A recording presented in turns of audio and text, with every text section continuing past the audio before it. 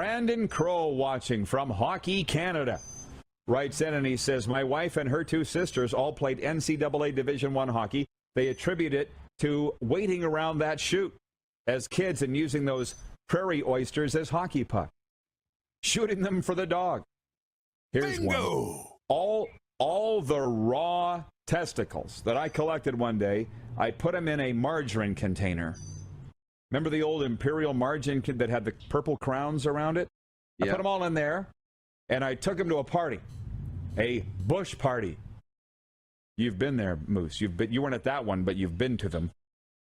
And I was going to cook them.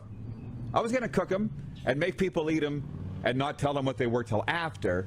But it didn't matter because Philip Kenyon took one, popped it in his mouth, crunched it raw. And he was smiling, and the blood ran down. Just like this. He knew what it was? I will never forget. He knew what it was. Philip Kenyon. That was Fear Factor before there was Fear Factor with Joe Rogan. I know. Beer might have been involved. But the next time that we're driving to Montana, I'll show you exactly where it is, because a lot of stuff went down at that site. A lot of stuff. I'm not going to go any further, but just remind me later. I'll tell you about the bikers that were on their way back from Sturgis from the rally that stopped at our party. Get ready for the Rod Pedersen Show.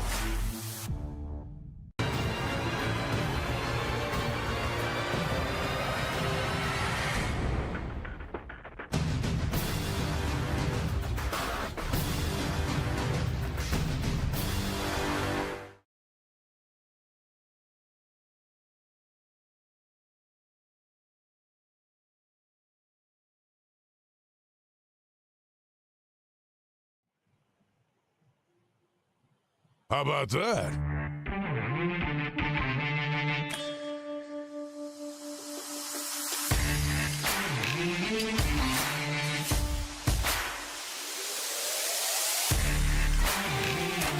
Hey-o! We're live, right, boys? Welcome to a Football Friday in the RP Show, originating from the Golden Ticket Sports Center in, if I can read the card here, Moose Jaw, Saskatchewan. I'm the host, Rod Pedersen. It's the RP Show. And in a moment, you can bring him in anytime. The Moose joins us. He is in Toronto. It's an all-Canadian show. That's what I feel like everybody wants. Moose is with us in Toronto. He's got a bit of a red nose. You got a sunburn, a zit, or what do you got going on in your nose, Moose? What's the deal? I don't know, man. It's just a little, maybe a little oversaturated on the screen today, but... Okay. We're not coming down with anything. You look fantastic. That's what I will tell you. It's a Football Friday, which we'll be opening up with hockey here. It is.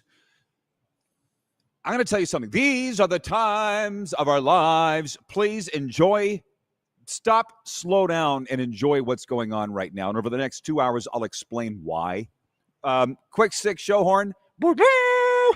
Let's get down to business. I'll tell you the guest is Jim Barker from the CFL on TSN coming up in hour 2 on a very big night in the Canadian Football League. But we open with the big story like we do every day here on Game Plus Television. And as somebody I heard that we might be on Game Plus today, we might not. But no matter what, it's the last day that we're not with the RP Show. Monday for sure, but I know that we're on YouTube, so thanks everybody for joining. Gather around. Let me get this over here and get ready. The big story is this. A rematch is on deck for this year's Stanley Cup Final. The Edmonton Oilers beat the Dallas Stars 6-3 Thursday to clinch the Western Conference Final and advance to the Stanley Cup. They'll once again face the Florida Panthers, who they lost to in a 7-game series last year when the Panthers won the Cup. Cats making their 3rd consecutive Stanley Cup Final. So we're going to talk about this series, Darren. Last night, here in Moose Jaw, Joe and I went to Dairy Queen. Oh, my God, I had the greatest new burger that they have at Dairy Queen, plus a blizzard.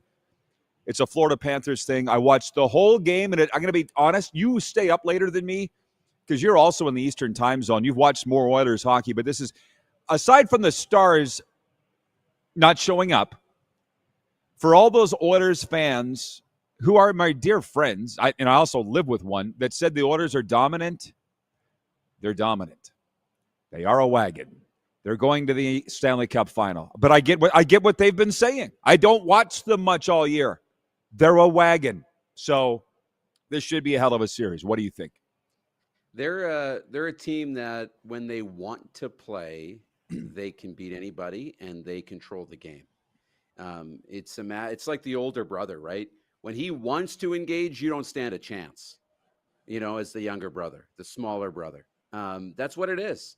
And the Oilers are that good. They really, really are. Yeah. And they're going to be a handful for Florida.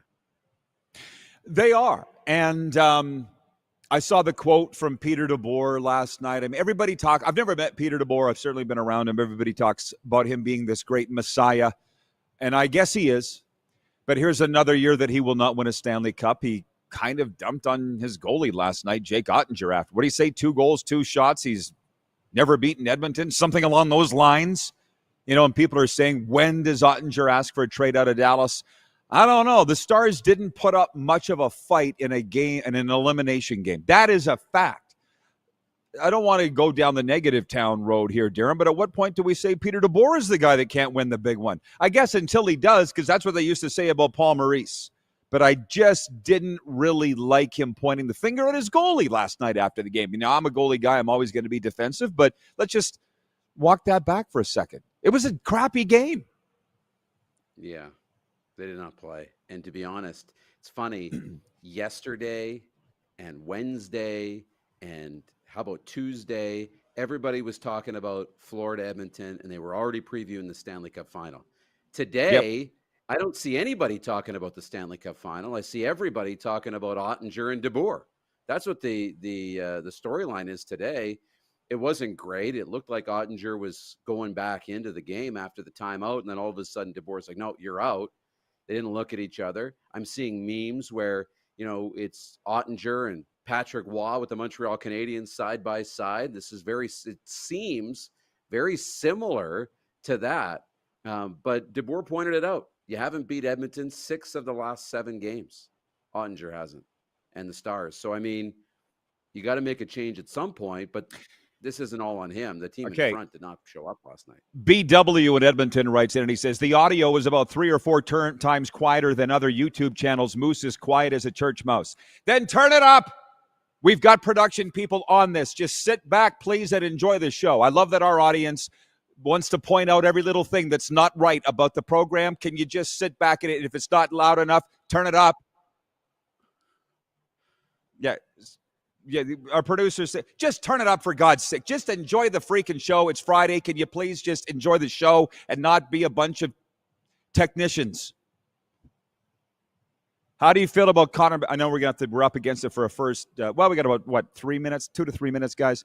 Connor McDavid touching the trophy last night. The orders are different coming in, right? He went leaned right in, touched the trophy, was interviewed. I saw it now. Of course, I'm in Canada, so I saw the interview with Gene Principe, and he's like, last year we didn't touch it, so this year we are. But he looked very nonchalant and casual about it.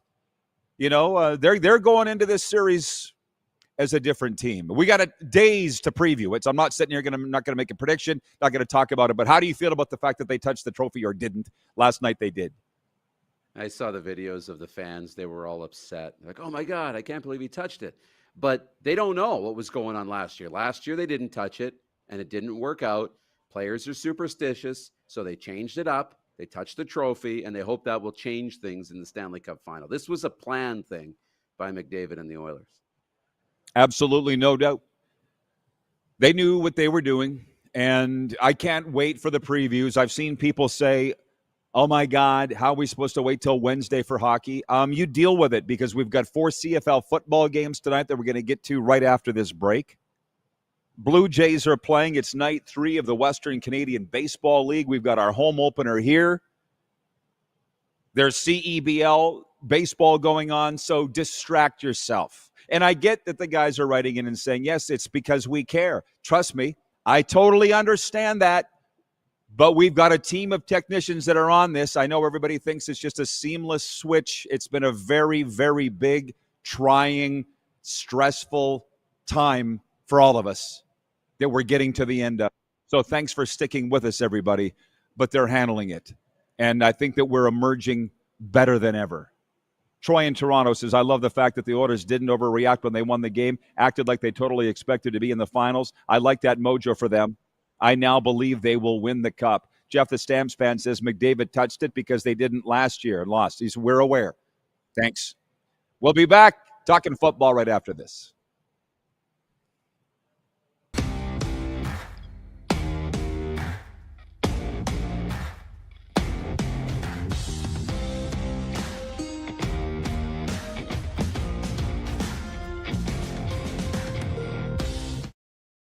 Hi, my name is Logan Stankoven. And I'm Connor Bedard. We're both Hockey Gives Blood player ambassadors and proud to be blood donors. There are thousands of patients each year in Canada that rely on a generous stranger to save their life. Please book an appointment today to donate blood at blood.ca/HGB. Text 902-518-3033. 902-518-3033. Pick up your phone and text RP, that's Rod Pedersen. Text 902-518-3033. Did you know that you can help save a life? And you can start right now. Stem cells from male donors increase chances of positive outcomes for patients, yet they only make up 40% of our registry. Today, there are hundreds of people in Canada searching for their life-saving match. You can be a patient's best hope. Be a hero by registering with Canadian Blood Services Stem Cell Registry now.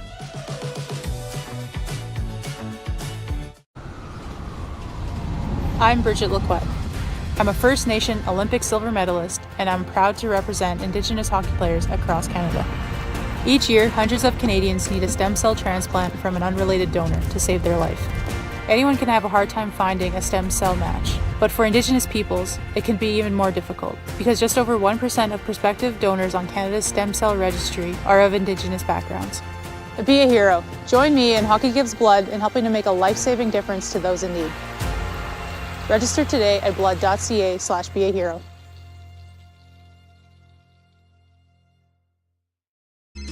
Text 902-518-3033. 902-518-3033. Pick up your phone and text RP, that's Rod Pedersen. Text 902-518-3033.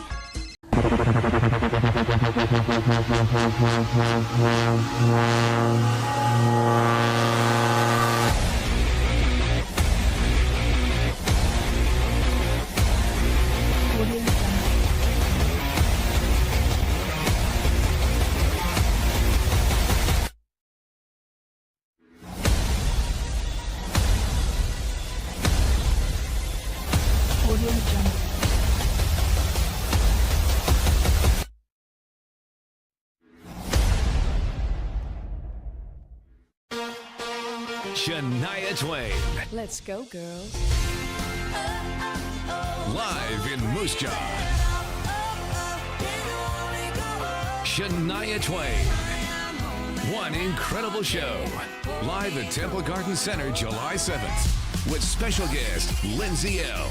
Get tickets Friday, March 21st at 10 a.m. at the Temple Garden Center's box office or sasktix.ca.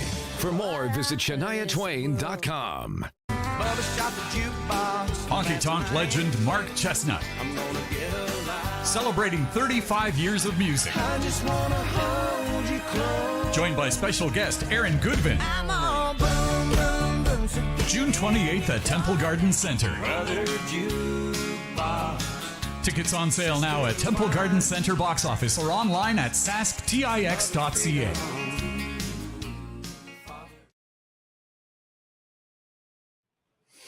All right, everybody, we're back at it on a Football Friday, live from the Golden Ticket Sports Center. Join the action at the Golden Ticket Sports Center in Moose Jaw, your hub for sports, fitness, and community fun. Check us out at GoldenTicketSportsCenter.com. A baseball note before we jump into the football. Point 3 of the quick 6 show topics. Right-hander Chris Bassett will take the mound today. As the Blue Jays host the struggling Athletics, Toronto's offense exploded Thursday as the Jays put up 8 runs in the second inning and thumped the A's 12-0 to open a 4-game series. The victory brought Toronto back up to the 500 mark at 28-28. I got to ask you, Moose, I didn't realize until this week, because the Blue Jays are playing the Athletics for the first time this year, that they're not being referred to as Oakland. Their logo is simply Athletics, not even A's, and they're not referred to as Oakland. I know they're playing in Sacramento. Why don't you say that it's the Sacramento Athletics then? Is there something wrong with Sacramento? You're too good for Sacramento?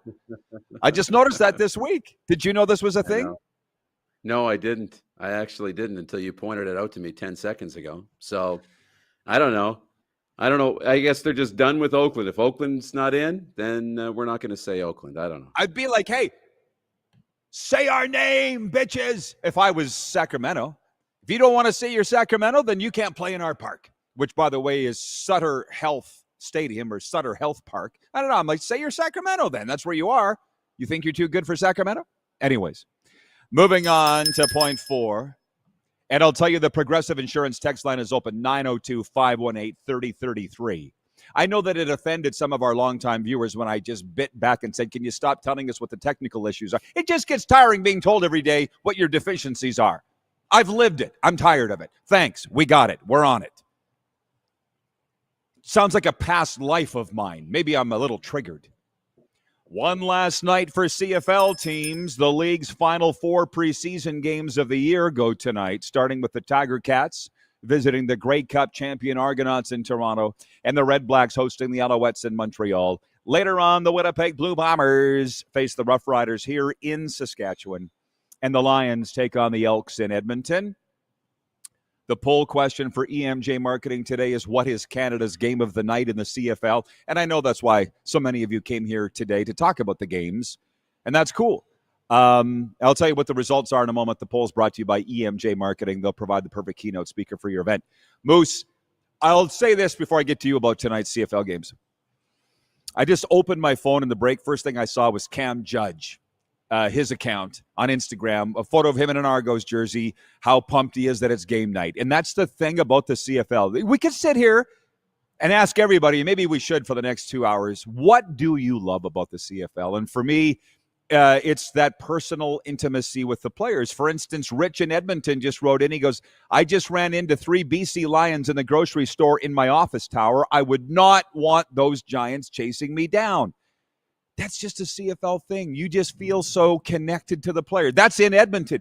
Here is Cameron Judge in Toronto posting about himself. It's just, there's a lot of things we love. I'm not even sure that's the number one thing, but it's a big thing. Yeah, it is. It's such a wonderful thing about the league, and that's, the ability for the fans to connect with the players, I think, is really cool. And the intimate relationship that they have. But tonight will be fun, be really fun, because it's roster battle night, really. We're going to see some positions won, some roster spots solidified. Some will be lost based on performances tonight. But this is about finding out who's going to make the roster and who's not before Saturday's cutdown. Yeah, and I would also love, let's do this challenge for the next 1 hour and 44 minutes. What do you love the most about the Canadian Football League? I would literally have to sit for a minute and think about it. This intimacy we have as a league amongst the fans, the staff, the coaches, the player, whatever it is very high on the list. But the fact that you could, they're not the only league. Like, it's a really cute thing that's going on with the Florida Panthers, if you've noticed. You follow my feeds. They have fallen with Dairy Queen. The night before all games now, a group of Panthers are going to the Dairy Queen, and they're having the blizzard. And Brad Marchand, after every second period now, is ordering a blizzard to the dressing room. They're not the only league that does it, but the CFL has been doing it for years. So, number one, what do you love most about the Canadian Football League, everybody? And also, what will you be watching for tonight? And I don't need to tell you what's running away with the poll. Leading it is 65% of viewers voting for Winnipeg at Saskatchewan. That's what I voted for. The rest of the results, might as well tell them we got fans of every team watching. Hang on, Moose. Winnipeg at Sask is leading, 61%. 17% voting for Hamilton at Toronto. 14% Montreal at Ottawa, and just 8% BC at Edmonton. It's a little skewed because our top two regions for viewership are Saskatchewan and Winnipeg.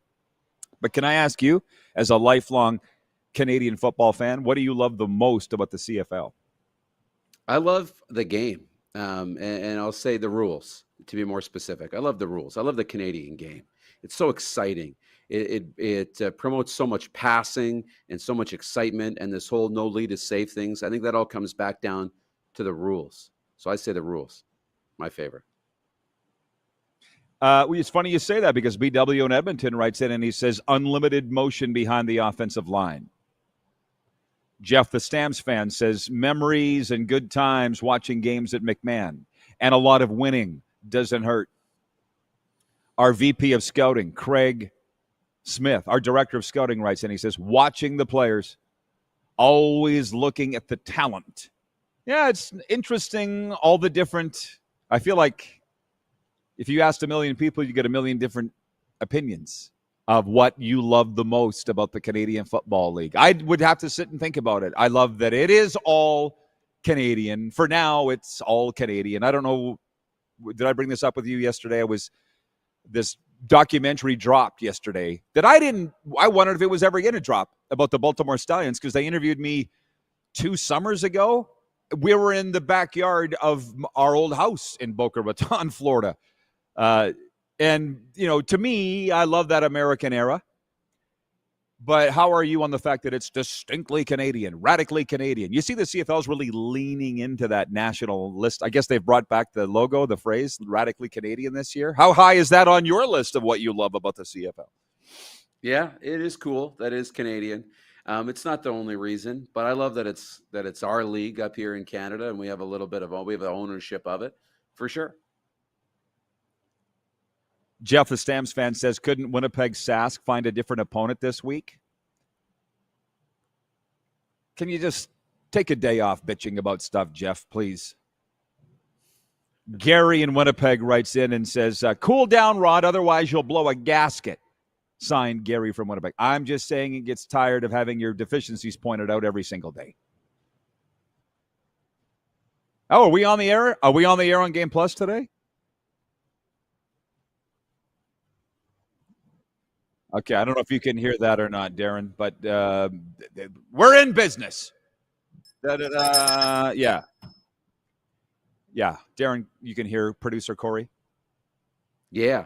I can't hear you when he's talking, but I hear him. Okay, be mindful of that, Corey, please. That's all good.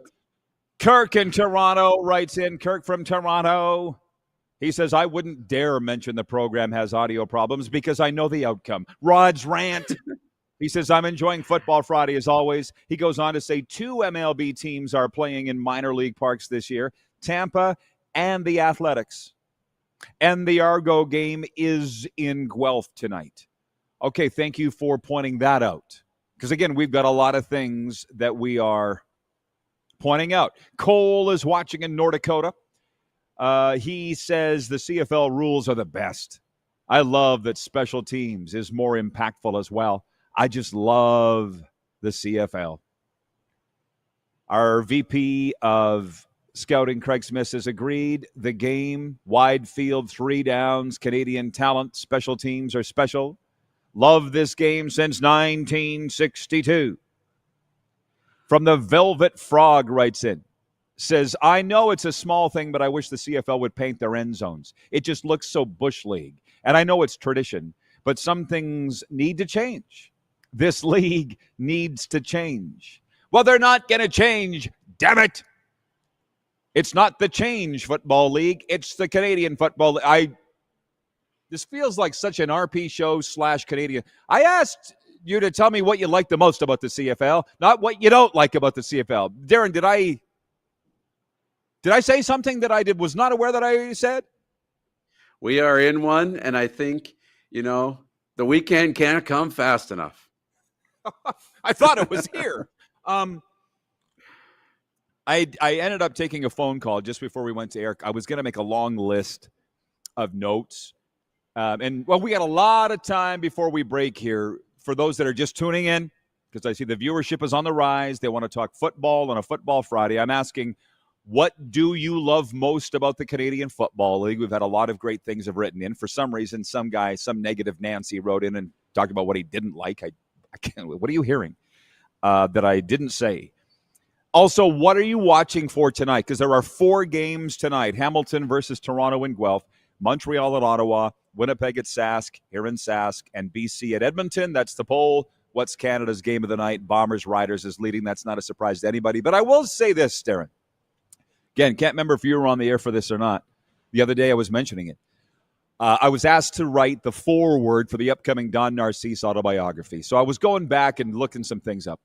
In 1999, Saskatchewan at Edmonton, preseason game 2, which history will show was Don Narcisse's last ever preseason game in the Canadian Football League. 35,000 people showed up at Commonwealth Stadium.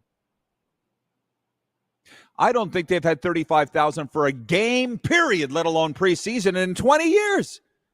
Do you think that we could ever get back to that in Edmonton or across the CFL? Like, if anybody was alive and remembered the 90s Edmonton Eskimos, won't surprise you that 35,000 showed up for a preseason game. But you kind of sit back and look at Wikipedia and go, what? What do you think about that? Yeah, I mean, it makes me miss those days, or days when stadiums were, some of the bigger stadiums were full.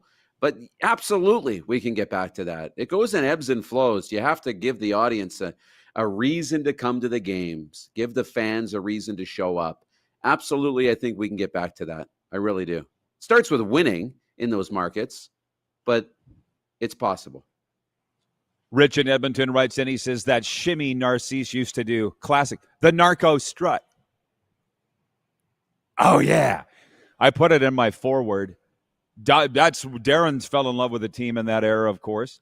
Wayne in BC says, as a Rider fan, I'm just hoping the Riders get through the game without any more injuries to their offensive line. Rich says, the Elks winning would help, Rod. But the Oilers take up so much oxygen here now. Oh, they always have. In the 90s, they did too. I think it is a winning thing in Edmonton for sure. Chad writes in, he says, I love the affordability, atmosphere, and competition. It's like a hockey game. It's never over till it's over. Oh, especially in the CFL. But what's different from the 90s is there is the Canadian Elite Basketball League, which in some markets, they are taking a bite out of this competition that there wasn't in the 90s. Like, I look at the Western Canadian Baseball League. Here tonight is our home opener. Moose Jam. I'm here. I'm not going to be at the Rider game tonight. I'm working this baseball game tonight that I'm broadcasting, and baseball rocks. I love it. Look at Okotoks. 7,000 fans a game. I roamed around that stadium last year, and I talked to them. You know me. I talked to the fans, introduced myself. I said, why are you here? They're like, well, I live in Okotoks, and I'd rather drive down the street and go to a ball game than fight my way through downtown Calgary to go to a Stamps game. As we say in Florida, dude, say less. I get it. That was not a thing anywhere in the 90s. There was still the Western Major Baseball League, but you know, Darren, there's competition now that there wasn't back then. So you just got to work a little harder, and winning is a very large part of that. Dale in Winnipeg and all the rest of y'all, hang on. We'll get to your comments coming back. Moose and I, as Darren said, are in one here on a Football Friday, and we'll be back in a moment. Sports update coming up, and Jim Barker in hour 2.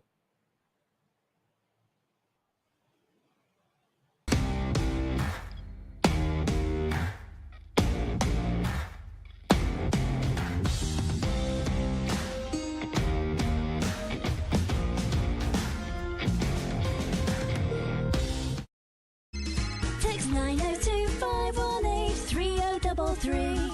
902-518-3033. Pick up your phone and text RP, that's Rod Pedersen.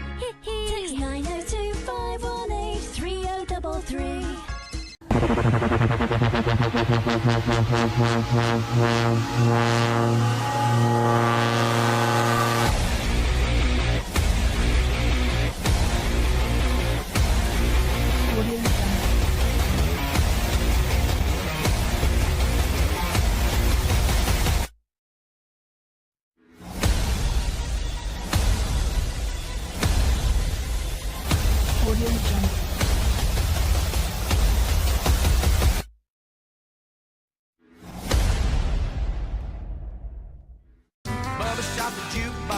Honky Tonk legend Mark Chestnut. Celebrating 35 years of music. Joined by special guest Aaron Goodvin. June 28th at Temple Garden Center. Tickets on sale now at Temple Garden Center box office or online at sasktix.ca.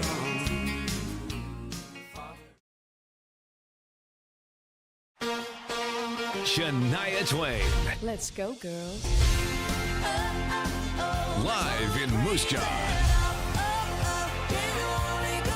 Shania Twain. One incredible show. Live at Temple Garden Center July 7th with special guest Lindsay L. Get tickets Friday, March 21st at 10 a.m. at the Temple Garden Center's box office or sasktix.ca. For more, visit ShaniaTwain.com. Did you know that you can help save a life? And you can start right now. Stem cells from male donors increase chances of positive outcomes for patients, yet they only make up 40% of our registry. Today, there are hundreds of people in Canada searching for their life-saving match. You can be a patient's best hope. Be a hero by registering with Canadian Blood Services Stem Cell Registry now.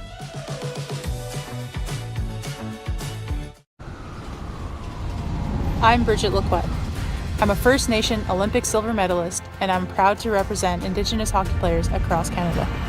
Each year, hundreds of Canadians need a stem cell transplant from an unrelated donor to save their life. Anyone can have a hard time finding a stem cell match, but for Indigenous peoples, it can be even more difficult because just over 1% of prospective donors on Canada's stem cell registry are of Indigenous backgrounds. Be a hero. Join me in Hockey Gives Blood in helping to make a life-saving difference to those in need. Register today at blood.ca/beahero.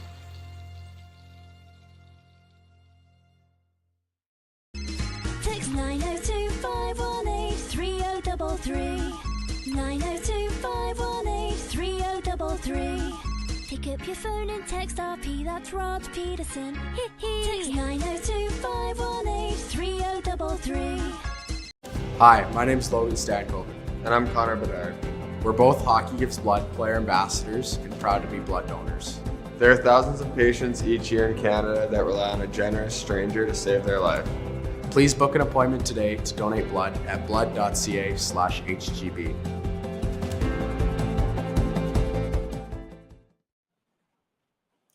All right, welcome back, everybody. It's a Football Friday, and here's the only bad news is this. This is the last segment with Moose in Toronto. I'm going to miss you for the weekend, Moose. Can I call you? Can we talk about the games? By the way, hour one of the RP show is brought to you by Cool Bet Canada. Always the best odds at Cool Bet. Use promo code RP200 to claim your welcome double bet bonus up to $200 at coolbet.com. And by the way, Shai writes in, he says, good morning, Rod and Moose. We're talking for those that are joined late. I said, what do you love the most about the Canadian Football League? That's the topic here. It just randomly came up. Troy in Toronto writes that he says, love watching the Argos game beside Lake Ontario, breeze on the face, hot dog in hand. And when in the stadium says, that's a first down. And the crowd replies, Argos. Our director of scouting, Craig Smith, says, also, I love the U.S. players coming to Canada and loving it. Picked up players from the airport. Many commented, man, this is just like the States. In some places, Will Blackman came up, former NFLer, came to Regina. They picked him up at the airport. They're like, we said as the media, what does this place remind you of? He's like, manure. Wasn't an insult, Darren. He was coming from Texas. He was like, it smells like manure in Texas. Smells like football. Yeah. Okay, to get real about the games tonight, if we were to bet, would you be silly enough to bet on CFL preseason games? Because I would not. But would you? Because you can. You can, you know. Oh, yeah. Absolutely you can. But no, I wouldn't. These games are largely, it's an evaluation. It's not about winning. With the saying, right? You know, the wins don't matter. What's the saying? You know it. You know, the results don't matter, but the games are important still, right? The games don't count, but they matter. But they matter. Yeah. They don't count, I quoted, but they matter. Yeah. That's from Brad Sham, our good friend, the voice of the Dallas Cowboys. Not a big. Yeah, and that's what it's all about for the preseason. These games don't really count, so I wouldn't be betting on them, but you can. Well, hang on. There's a reason I asked. Right. There's a reason I'll get to that. Terry, the lawyer, writes in from Calgary and says, kickoffs and punt returns. Yeah, they actually have them. Rich in Edmonton says, I recommend going to Ottawa for a game. They've done a real nice job with Lansdowne. That's another thing. Every single CFL market is great. Every game day atmosphere is amazing. I do I don't miss a lot of my old life, but one thing I do miss is that going into the old Ivor Wynn, just the smell. My dad used to say it, the smell of the barbecues. You know, the hamburgers and the hot dogs at every stadium, the tailgating in Calgary, which is the CFL's best. Jason in Red Deer writes in and he says, I love how down-to-earth and personable the CFL players are. Carlos in Indianapolis says, what was the quote again? Fools bet on the CFL? Listen, I love having our director of scouting in Craig Smith. He could answer this question maybe as well as you. Yeah, you do bet on the home teams because I know it enough. I've called enough preseason CFL games. They do want to win at home. That's why the vets usually dress more for the home games. They want to win at home because they can. And I've seen coaches leave in the vets longer if they have a chance to win, or maybe they're behind and they want to come back and win because winning does matter. Do you think, like I sense that's a thing. Do you sense that is a thing? And that's why if you're going to bet on CFL preseason games, you should bet on the home team for that reason and that reason only. Yeah, you don't want to lose at home. But I don't think at the end of the day, I don't know that coaches are trying to necessarily win the game. They need to evaluate players. But there is something you can't control, that when you're at home in front of your home crowds, you want to win those games. And so regardless, you can't control that feeling. It's a little different when you're on the road. You can be like, you know what, it's preseason and these aren't our fans and it's not that big of a deal, the result. But it does matter a little more at home, if anything. I'm just trying to impart to the viewers what the actual coaches and players are saying amongst themselves, because I don't think they know. Like Craig Smith, our VP of Scouting, writes in, he says, the Bombers are leaving 12 starters at home, looking at talent. So maybe betting on Sask would be good. I think it's very important because the other day I was in Gator Pizza in Boca Raton, and there were two guys talking about betting. And I said to them, guys, hey, if you don't mind, who do you bet with? And they said, Hard Rock Bet. I'm like, cool. It's like the biggest gaming thing in Florida. And they go, do you bet? And I'm like, no. I said, I'm recovering, so I don't get into anything that would get me in trouble. But I do talk betting, and that's why I'm just interested in. I think it wouldn't be a good thing if you and I actually laid money down on CFL. Our little breakaway bets, which reminds me, we didn't pick yesterday's games. Or did we? Yeah, we did. Oh, Are you sure? Yeah, because I picked Edmonton and you picked Dallas. Right. Yeah. So what does that mean? I remember when I win. Yeah, you've closed to within one, I think. Yeah, one or two. And now we go to the Stanley Cup final. BW in Edmonton writes it. He says, memories of Gizmo flipping after a punt return for a touchdown. I saw a thing the other day. I think it was one of the local radio stations here in Sask was saying, who is the face of the CFL right now? I think you would have to take a minute and you'd have to think real hard as to who that is.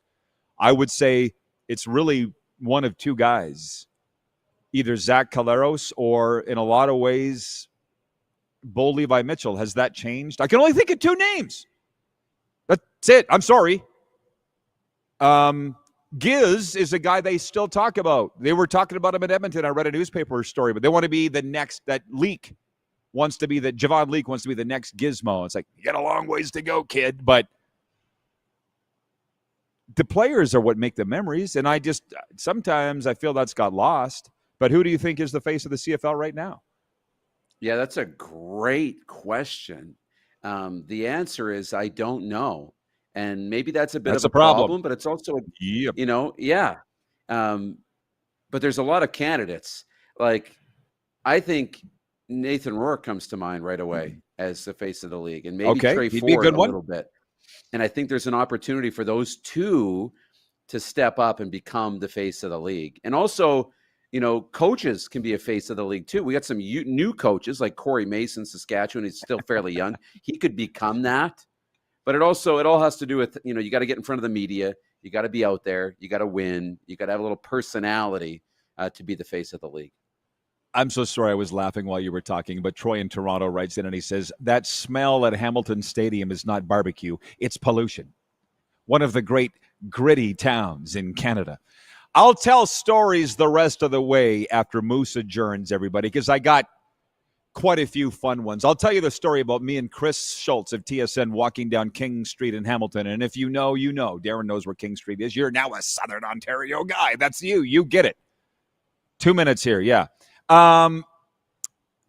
Well, I didn't ask you who you're voting for the game of the night in the CFL. That's the poll question. I said Bombers Riders, but how about you? Yeah, for me, it's flip a coin. But I'll do Bombers Riders because, from Saskatchewan and Homer! First chance for those fans to get in front and see their team. Yeah, I mean, other than that, but flip a coin. Pick your favorite team in the poll for game of the week.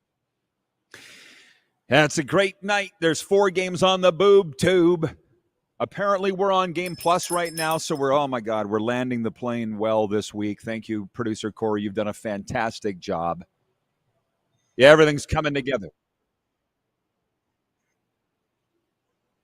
It was motivated by the cops knocking on your door, Darren. I don't know the story about that, but I'm not sure I want to know. John Ohm writes in, says, Riders, game of the week. So, yeah, Jeff the Stamps fan says the face of the league is relative to your market. Maybe. I don't agree, but you and I, Jeff, don't agree on anything. Patrick Mahomes is the face of the NFL. Fans in all 32 cities will say that. Do you feel it's relative to the market, Darren? No, I don't. I think, face of the team and stuff is, but face of the league is not. We knew that, Doug Flutie was the face of the CFL. We knew Anthony Calvillo was one of the faces, regardless of what market you were in. You knew that. Nice try, Jeff the Stamps fan. Nice try. Well, Moose, I'm going to miss you. Like I said, can I call you this weekend if I get lonely? Phone will be on, baby, and it'll be on only for you, not anybody else. Okay, they all got questions for me that I can handle the rest of the way, so I'm not going to spoil them. They're coming up in the next segment. The Velvet Frog writes that he says, looking forward to the Ticats versus Argos in Guelph. Simone Lawrence was a great character, and the CFL needs more like him. I don't think I agree with that, but me and Simone have a history, as you know, Darren. Rich in Edmonton says, how many Giz punt returns got called back? It was always so disappointing when they were. The Giz. Okay, we'll be right back after.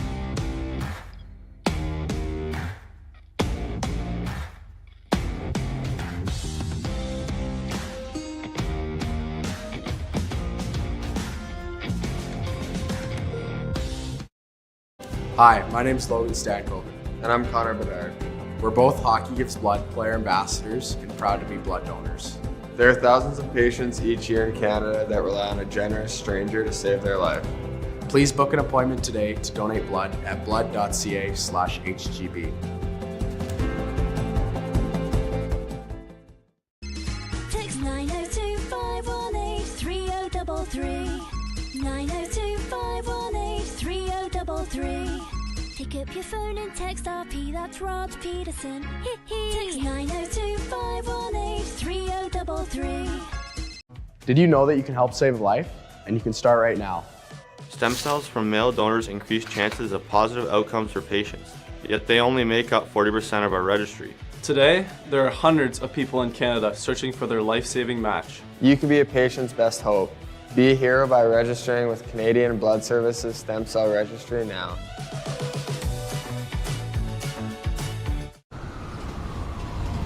I'm Bridget Lacquette.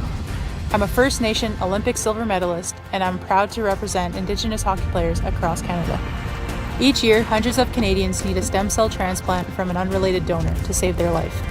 Anyone can have a hard time finding a stem cell match, but for Indigenous peoples, it can be even more difficult because just over 1% of prospective donors on Canada's stem cell registry are of Indigenous backgrounds. Be a hero. Join me in Hockey Gives Blood in helping to make a life-saving difference to those in need. Register today at blood.ca/beahero.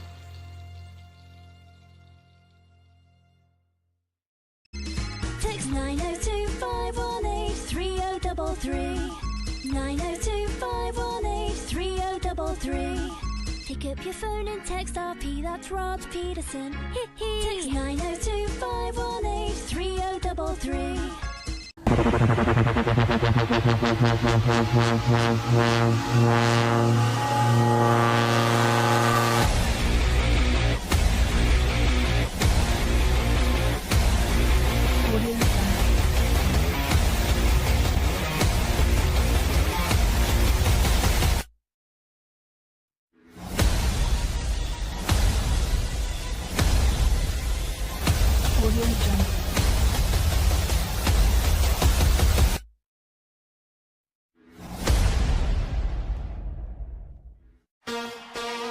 Shania Twain.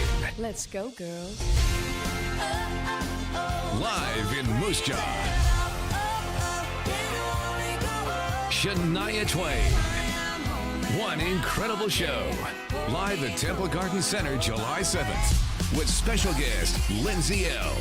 Get tickets Friday, March 21st at 10 a.m. at the Temple Garden Center's box office or sasktix.ca.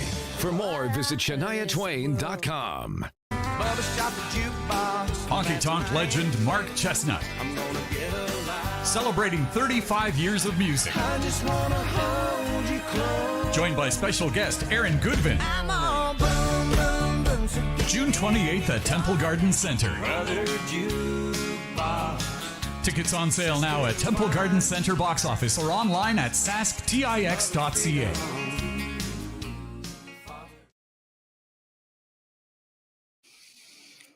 All right, welcome back, everybody. Moose Jaw is the place to be. Golden Ticket Sports Center, our home for the summer. I'll be broadcasting Moose Jaw Miller Express Baseball, and tonight is our home opener. The Saskatoon Berries are in town.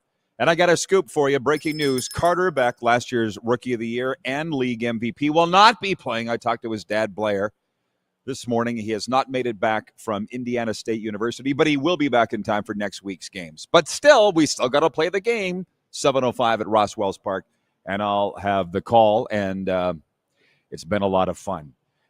I am really enjoying this. I hope you are too. We're back live on Game Plus Television, they tell me. We're streaming on YouTube, and I'm taking questions from the crowd till the end of this hour. And then Jim Barker will be with us in hour 2, and it's a Football Friday, and the questions are largely all CFL related. Yes, the team that I cover is going to the Stanley Cup final, the Florida Panthers against the Edmonton Oilers. I get that. We'll be talking about it a lot next week. Series doesn't open until Wednesday, and we also have a podcast dedicated specifically to Florida NHL hockey. That's not this one. We do football here on Fridays. I've been asking the audience, if you joined us late, what do you love the most about the CFL? And my word, we've had too many. I'll write them down after the show. Too many to mention. It's turning into a real marketing vehicle for the Canadian Football League. You're welcome. Fake Gainer writes in, if you don't mind me calling you that, on the Progressive Insurance text line, 902-518-3033. Fake Gainer says, hi, Father Rod and Heel Moose. The CFL mega haters can suck it. I love the atmosphere surrounding the great CFL game and the high quality of play. We'll be on the road to Mosaic Stadium this afternoon and this great freaking province. Signed, Brother Sasko, formerly Fake Gainer. Listen, the people that even reference CFL haters, because you don't hear me referencing CFL haters. I love the league. If you don't, I don't listen to you. Go away. It's very similar to those Florida NHL fans, specifically Panthers fans in South Florida, that get so upset. We don't get the respect. Who cares? It's small man syndrome, which I don't have because I'm 6'3", and I don't want to hear about CFL haters. If you don't like the league, don't watch. And if you're going to bitch about it and make it feel small, that's a you problem, not ours. And I don't want to waste the damn time and energy on it, so that's the end of that. Gary in Winnipeg writes in, he says, Bomber Rider game may be a repeat of Game 1 with only field goals being scored, as very few regulars are slated to play for both teams tonight. If so, the Lions-Elks game might be interesting. I am hoping that the Elks have a good crowd on hand for tonight's clash. That's from Gary in Edmonton. I'll continue these comments in a second. I promised a sports update, and let's do it for Heavy Jim. Once the dust settled on a game that saw 17 lead changes, and neither team lead by more than 8 points. It was the Scarborough Shooting Stars who walked away with their perfect record intact in the Canadian Elite Basketball League Thursday. The East leading squad improved to 3-0 after beating the Saskatchewan Rattlers 91-84. The Rattlers dropped to 0-4. The game played at the Toronto Pan Am Sports Center. Meanwhile, despite missing 20 free throws, the Calgary Surge came through at the line when it mattered most. During target score time, 6 free throws and 3 putbacks vaulted the Surge to a 90-85 comeback win over the Brampton Honey Badgers at Wynn Sport Arena in Calgary. The sports update is for Heavy Gym. Heavy Gym isn't just about lifting weights. It's about lifting your spirit, your strength, and your potential. Step into the gym that's changing lives. Find out more at heavygym.ca. The gentleman said, hopefully there's a good crowd at Commonwealth for the preseason game tonight. And for all those that have just checked in, like Kevin the Medium, he writes in from Calgary, and he says, good morning, RP peeps. The CFL is the best value for the buck of all sports. And where I was just saying, 1999, not only was it Don Narcise's last ever preseason game in the CFL, it was my first ever CFL preseason road game, and 35,000 people showed up at Commonwealth Stadium that night for an exhibition game. 35,000. And I was just wondering aloud, could we ever get back to that? I never say never. Anything that's been created can be recreated. Nothing's ever done.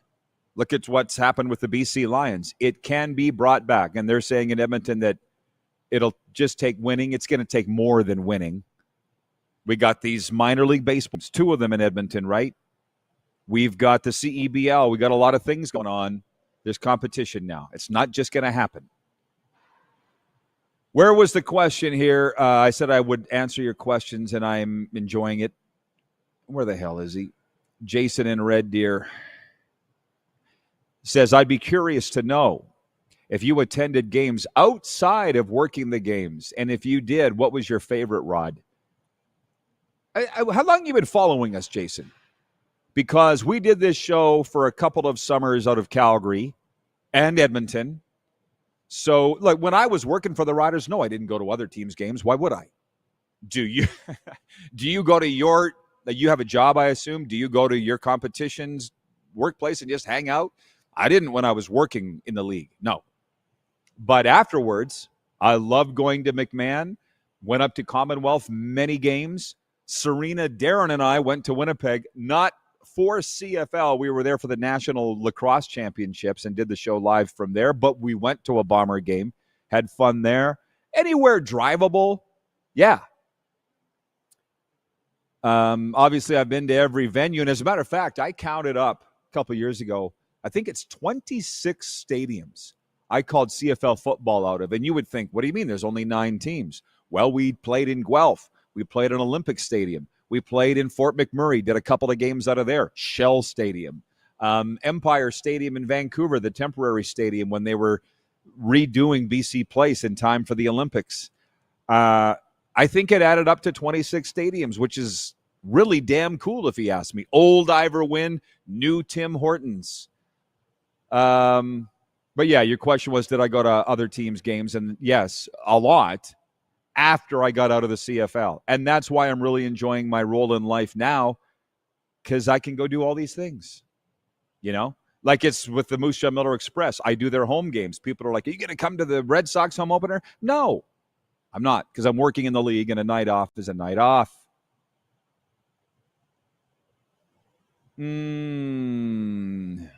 What else do we have? 902-518-3033. The Velvet Frog writes in, and he says, I hope I can watch the Ticats game on CFL Plus. I don't think it's on TSN. Go Cats! The Bomb writes in, he says, the CFL is back again. Love it! I know that we make our own rules here in a lot of ways that may be hard to follow because they're not written on the wall or anything, but I'll talk CFL every day for the next 6 months because we're in season. I'm just not going to do it in January. So I said to you all that I would tell you the story of walking down King Street with Chris Schultz in Hamilton a number of years ago.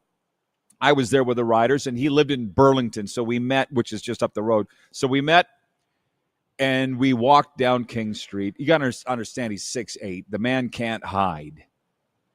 And if you know Hamilton, you know there were people like opening up their windows and like yelling, Chris Schultz, we love you. People would run out of stores and like jump on him and hug him and hang on. We went all the way to the end of King Street, walked all the way back, and then we sat on a park bench right in downtown Hamilton, and a homeless person came up, and the American viewers won't understand this, but you Canuck viewers will. Homeless person comes up and says to Chris, homeless person did not know who he was. The homeless person was the only one that didn't. I said, can you help me out? You got any spare change? Opens his wallet, peels off a brown one. You know what that means? $100 bill. Gives it to the homeless person, Chris Schultz. I went, Schultz, what are you doing? He goes, she needs it more than I do. If you want to know why anybody loves him, what's that, Corey? 2 minutes? Okay. Kevin the Medium writes in, he says, one of my favorite times with Rod was in Edmonton at a Riders game. He couldn't walk 5 feet without a fan asking for a picture. Loved it. I'm glad you enjoyed it, Kevin the Medium. Jeff the Stamps fan says, $100 bill. That's what it is, a brown one. Shy in Saskatchewan writes in and says, Rod, what's your comment on the battle between Alford and McRae? Are they both keepers? If you can, yes. May the best man win. Our director of scouting, Craig Smith, says, that's Chris Schultz. Right. I couldn't even make that story up. The homeless lady asked for some spare change, and Chris, here's 100. Here you go. What are you doing, Schultz? She needs it more than I do. The Bomb writes in and says, Schultz was an amazing man. Rest in peace, big man. He came into our hotel in Toronto. I'll never forget that. He had a duck to get through the doorway. You know, those automatic doors. Schultz ducks. I was waiting for him in the lobby. All the coaches were around. That was when Jones was in charge. Schultz, I'm a big guy, I said earlier, 6'3". I stood up and hugged him. He picked me up and swung me like a rag doll. My legs were swinging back and forth. Chris Schultz, and the coaches were like, how powerful is that man? Starting right tackle for the Dallas Cowboys. And I could tell you some more stories and probably will when we come back next hour. And Jim Barker is going to be with us from the CFL on TSN to talk about more interesting stuff, or the actual football stuff. I'm just telling stories here right now. Dale in Winnipeg writes in, he says, as an aside, thanks to my Sea Bears rep to add some extra tickets for our guests to help get their minds a little off their real concerns. Be safe, all. That's the thing about what's going on right now. The wildfires, Moose Jaw, where I'm at, is engulfed in smoke, but the northern part of the province, Manitoba as well, it's horrible. So certainly our thoughts are with you, and thanks to all those that are opening up their homes for those that need it. Yeah, it's tough. Tough times. That's where we're trying to take your mind off it and put a smile on your face. We'll be back with Hour 2 right after this.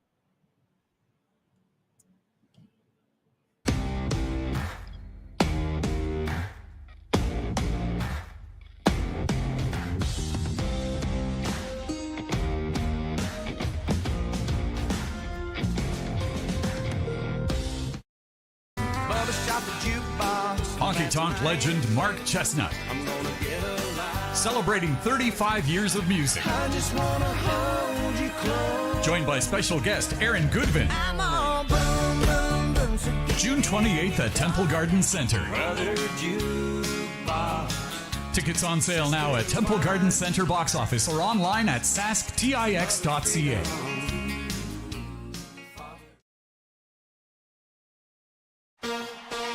Shania Twain. Let's go, girls. Live in Moose Jaw. Shania Twain. One incredible show.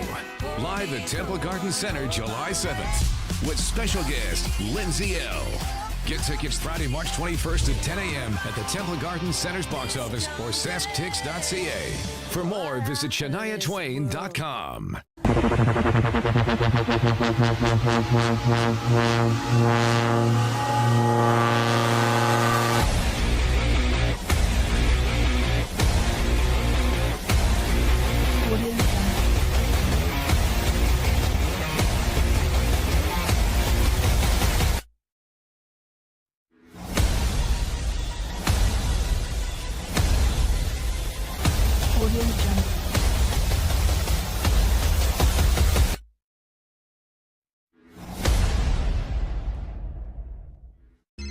Text 902-518-3033. 902-518-3033. Pick up your phone and text RP, that's Rod Pedersen. Text 902-518-3033. I'm Bridget Lacquette. I'm a First Nation Olympic silver medalist, and I'm proud to represent Indigenous hockey players across Canada. Each year, hundreds of Canadians need a stem cell transplant from an unrelated donor to save their life. Anyone can have a hard time finding a stem cell match, but for Indigenous peoples, it can be even more difficult because just over 1% of prospective donors on Canada's stem cell registry are of Indigenous backgrounds. Be a hero. Join me in Hockey Gives Blood in helping to make a life-saving difference to those in need. Register today at blood.ca/beahero.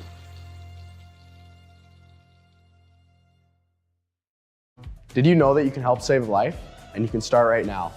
Stem cells from male donors increase chances of positive outcomes for patients, yet they only make up 40% of our registry. Today, there are hundreds of people in Canada searching for their life-saving match. You can be a patient's best hope. Be a hero by registering with Canadian Blood Services Stem Cell Registry now. Text 902-518-3033. 902-518-3033. Pick up your phone and text RP, that's Rod Pedersen. Text 902-518-3033. Hi, my name's Logan Stankoven. And I'm Connor Bedard. We're both Hockey Gives Blood player ambassadors and proud to be blood donors. There are thousands of patients each year in Canada that rely on a generous stranger to save their life. Please book an appointment today to donate blood at blood.ca/HGB.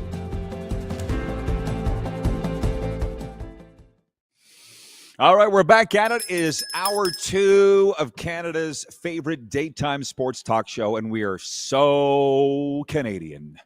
Broadcasting finally, I'm told, back on Game Plus television.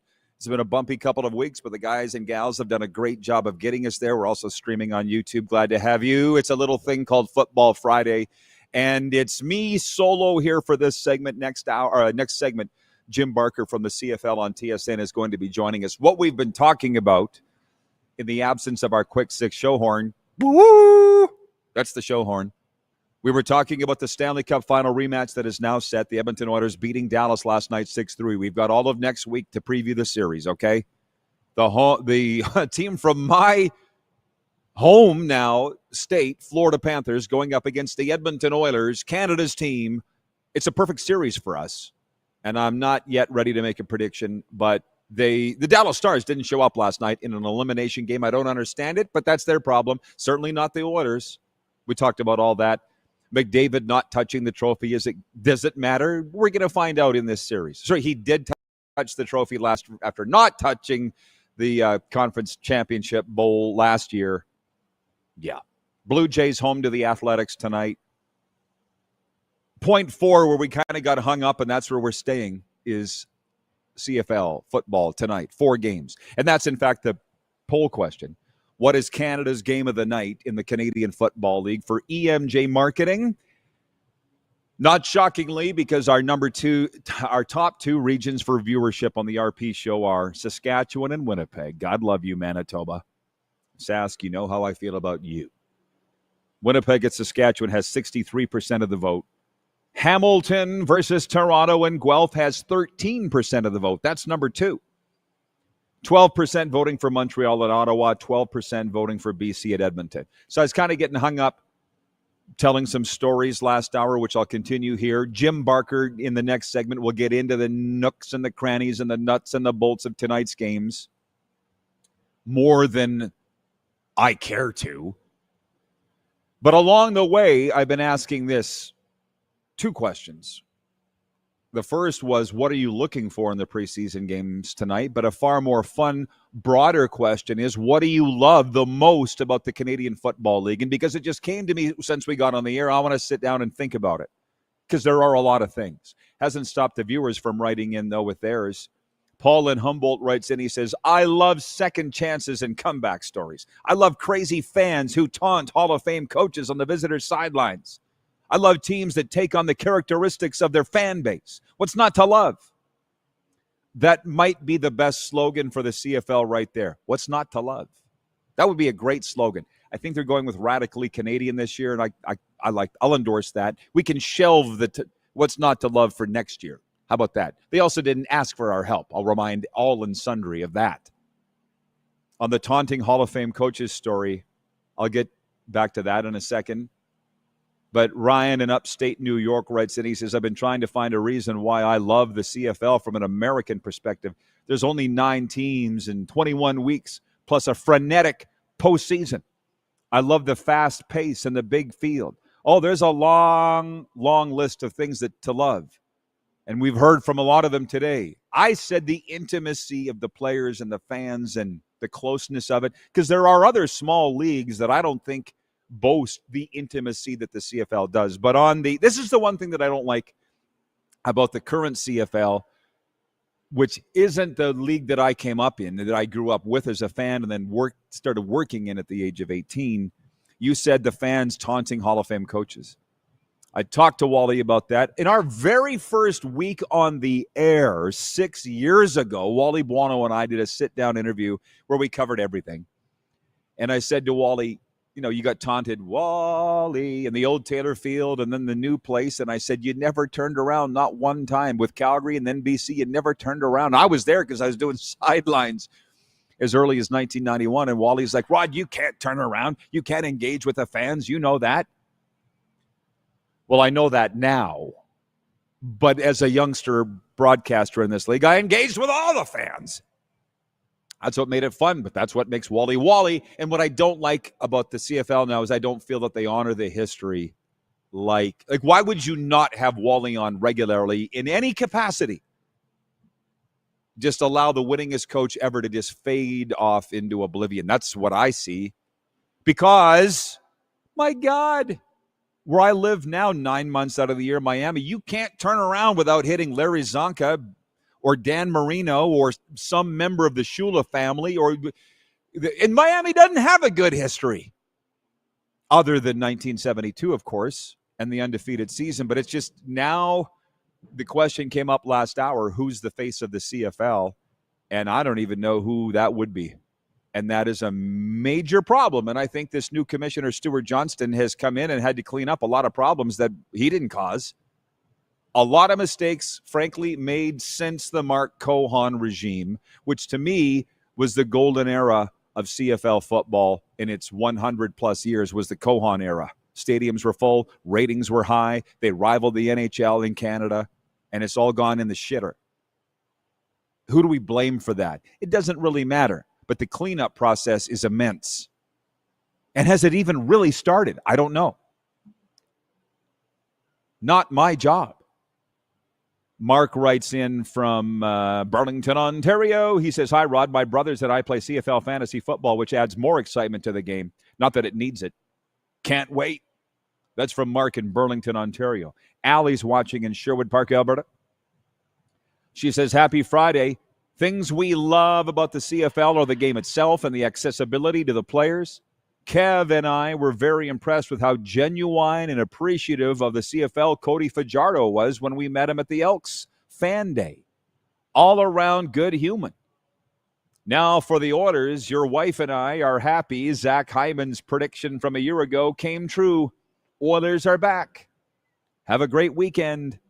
Thank you, Allie. I love the fact that if I was still the Rider guy, I wouldn't have fans from other teams saying nice things, okay?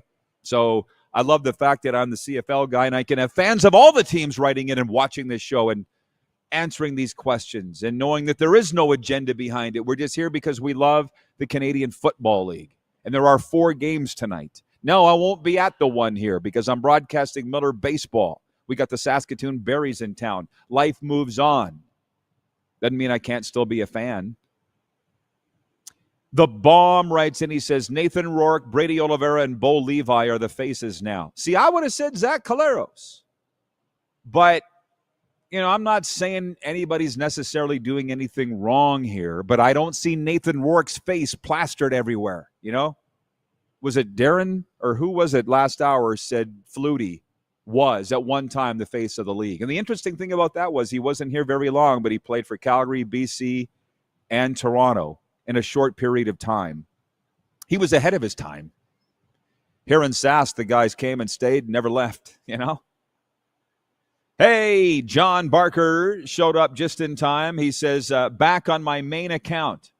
I'm not sure what that means, but it sounds good. He showed up just in time to watch his brother Jim We've switched production partners. For those that don't know, we haven't been on national television for a couple of weeks' time, but today we finally are. I can only thank God for that. I think it's a God shot. And I can confidently say we're back to normal, whatever that is. I should say it like shit, whatever that is.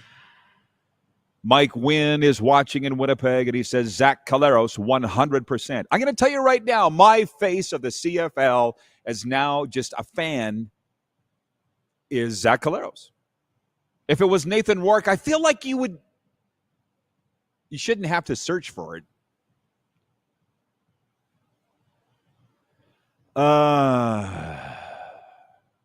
The Velvet Frog with the question, or his answer to the question, what are you going to be watching for in preseason games tonight? He says, I'm really looking forward to seeing Hamilton's new wide receiver, Matt Landers, tonight. The kid runs a 4.3740 with a 37-inch vertical. Amazing. Jason in Red Deer says, I would have to say whomever the most outstanding candidates are would be the faces of the CFL. Cool. Who are they? I'm not doing this to be negative. I'm asking you for a real, who are the most outstanding player candidates? Just give me the names. Was telling Chris Schultz stories earlier. I don't even know why. I don't know why, but I was talking about walking with a big man down King Street in Hamilton, and people like literally coming out of their homes to like climb on him. And as a matter of fact, I turned to Schultz and I said, is it like this everywhere? He goes, coast to coast. And he didn't really seem to mind that was a thing. He was paid very well by TSN and treated very well. What he had to deal with there goes along with his profile at TSN. Do they have an award for the Media Person of the Year? That should be called the Chris Schultz Media Person of the Year. That's what they should do, in my opinion. Nobody ever asks for my opinion. But here's my show, and I'm giving it. I think it should be the Chris Schultz Memorial Award for the Reporter of the Year. You know, they used to have the Reporter of the Year brought to you by Gibson's Finest Whiskey, and you wonder why I was an alcoholic. And still am, but in recovery now. I'll never forget Herb Zurkowski from the Montreal Gazette won the Gibson's Finest Reporter of the Year. I want to say we were in the Sheraton in Toronto Sunday morning of Grey Cup honoring Herb. He comes up to give his acceptance speech, puts his hand on the podium, and he goes, you guys finally got it right. If that isn't Herb Zurkowski in the nutshell. North Texas Mean Green writes, and he says, you're not on Game Plus today, perhaps only in Saskatchewan, as they're showing chess instead. I don't know. I don't know. Yeah, I don't know. I got to host a show. I'm not the TV guide. Chad writes in and says, Schultz was a big dude with a big heart. Right, talking about Chris Schultz. It's 11:11 Mountain, 1:11 Eastern. We recognize that every day for reasons that if you don't know, go look up the significance of 11:11 and 1:11. I don't have time here. 902-518-3033 is the text line to reach me here at the Golden Ticket Sports Center in Moose Jaw. For Progressive Insurance, switch to Progressive and you could save a bunch. Rich in Edmonton says, the Shenleys. I missed that.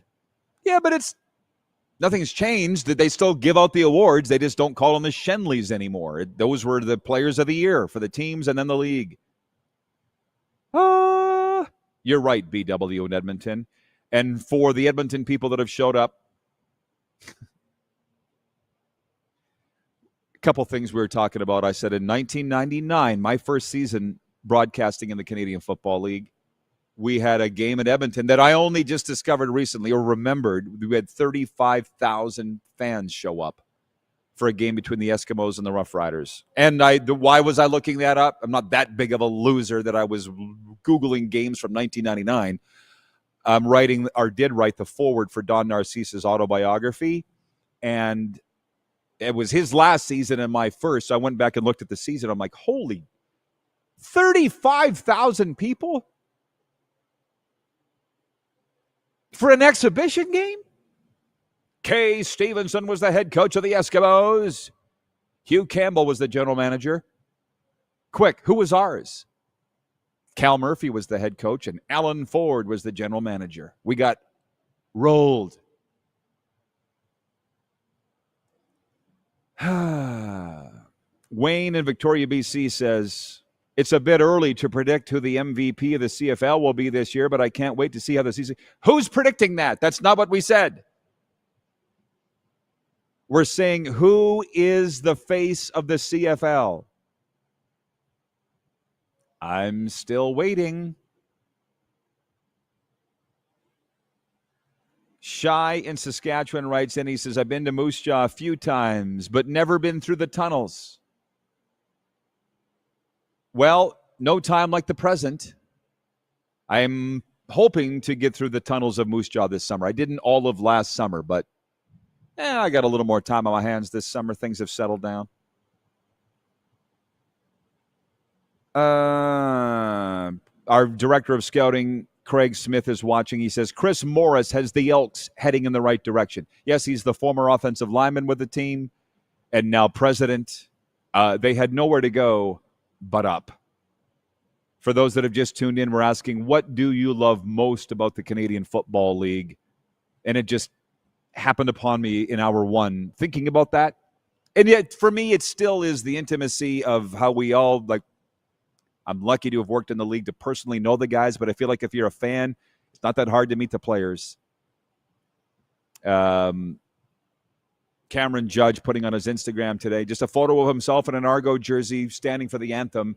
You don't see NHL players or NFL players that I've seen largely do that. It's just there's just something about it.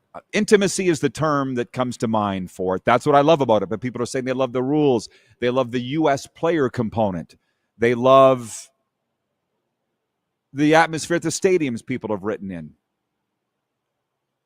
Jeff, the Stamps fan, says, seeing how Rod insists it has to be national, I would say the face of the CFL is pinball. Currently?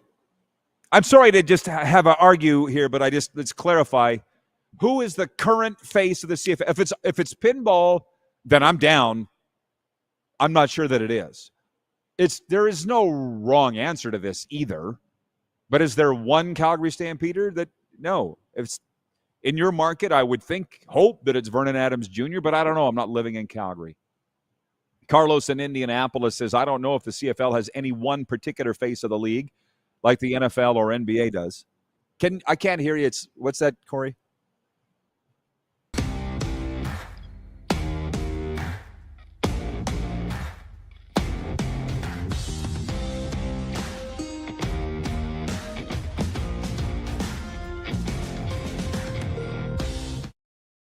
Hi, my name's Logan Stankoven.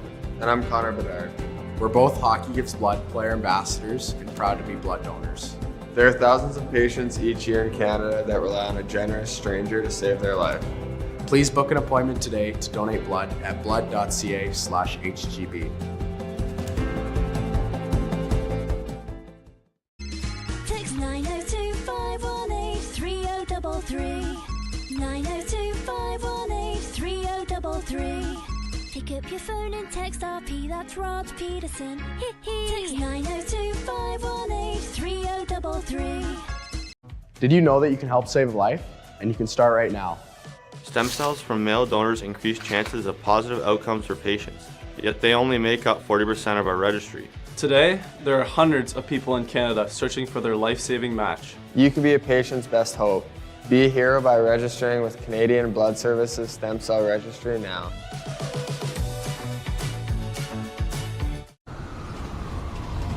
I'm Bridget Lacquette. I'm a First Nation Olympic silver medalist, and I'm proud to represent Indigenous hockey players across Canada.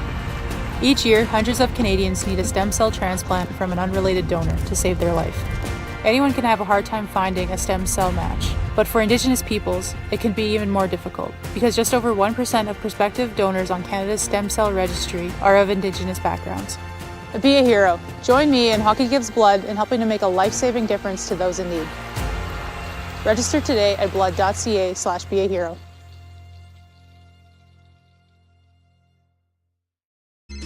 Text 902-518-3033. 902-518-3033. Pick up your phone and text RP, that's Rod Pedersen. Text 902-518-3033.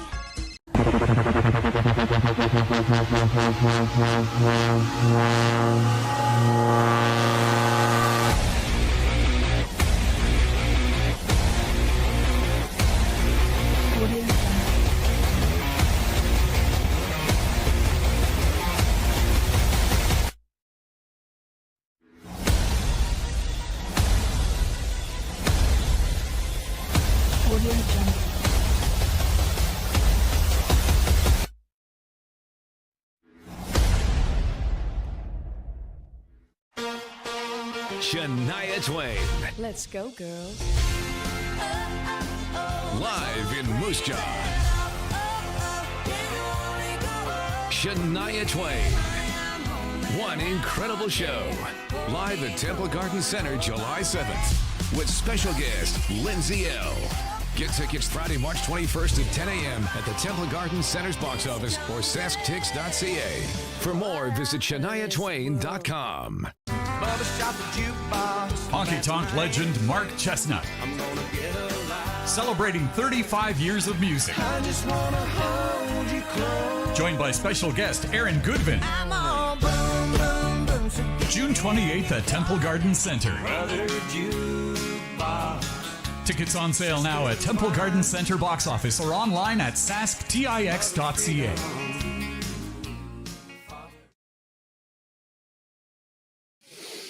All right, everybody, welcome back. It's a Football Friday here on the RP Show. We continue to take your questions and comments, 902-518-3033 or the YouTube stream, but we're pleased to welcome in from the CFL on TSN, Jim Barker. Big night, Jim, for CFL games tonight. Welcome back to the program. What are you going to be watching for tonight? Well, to me, the biggest game is easy to pick out, and it's going to be BC and Edmonton, where you got Nathan Rourke really getting his first meaningful reps with Buck Pierce's offense. And then you got Trey Ford and Jordan Maximic both coming back to BC. I just think that's going to be a really fascinating game in terms of which game is the most interesting and which will tell us the most. I think both of those teams come off of losses. Which quarterback is gonna step up? Nathan Rourke obviously is Nathan Rourke, but he handed the ball off 4 times last week. So it's going to be interesting to watch him in that offense because that's a different offense. It's more of a play action and type of thing than what Jordan Maximic's offense that Trey Ford will be running. It's more of a quick pass, spread the field out and get the ball, Jason Moss type of things where the ball's never in the air more than 5 yards. Where now Nathan Rourke's going to be in an offense that Zach Collaros is in, where you're throwing the ball vertically upfield and that type of thing. I think it's if you presume that he's going to be the old Nathan Rourke, I think you need to watch this game and see how he adapts to whatever it is that Buck Pierce is having him do, because it's going to be different than what he did with Jordan Maximic. So that's the biggest game. You asked about the biggest game. That to me is the biggest game. Obviously, the Montreal-Ottawa game is on TSN. Again, Davis Alexander, we talk about this all the time on your show, Rod. Quarterbacks who have never been starting quarterbacks, to anticipate they're going to be, because they were really good as a backup, they're going to be great. We learned with Dane Evans. That doesn't happen. And Davis Alexander struggled big time. He didn't throw a pass over 4 yards. I mean, I went through the film. I was shocked. Everything he threw. Now, I get that's what Jason Moss does, but it's going to be interesting to see if Davis Alexander, he's got to play much better because what happens is you play bad the first game and you come back and you play bad in this one. And again, I don't even know if he's playing. I haven't read, but I'm guessing he's going to play because he played so bad. Now you go into the first game, you have any problems, and the players in the locker room start to say, this isn't the guy that can lead us. And then he starts to question him.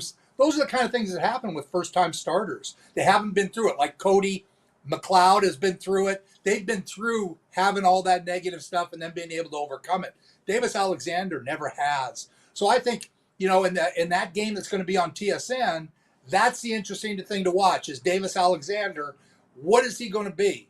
I don't even think Drew Brown is going to be playing. He might be, but Drew's in his second year now, so hopefully he takes a step. I love the Ottawa receiving core.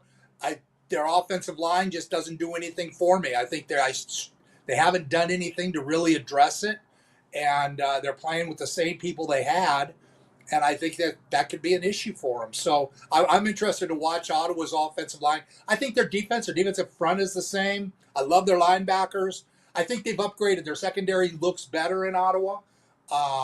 Montreal, they have the same good old solid defense that they always have. Noel Thorpe does his thing. So, that should be an interesting game for fans to watch on TSN. It's the only game being televised on TSN. And then we have our preview show on Tuesday, by the way, just to let people know, the TSN preview show of the CFL. Then you have Toronto and Hamilton. And I don't know if you remember, but we talked about Toronto's issue, and I was scared to death of their D-line and sure enough, they run for 180 yards in a preseason game, which is unheard of. Hamilton ran right through them like they were like they weren't there. That's still a major concern. I don't think they pressured Bo Levi real well.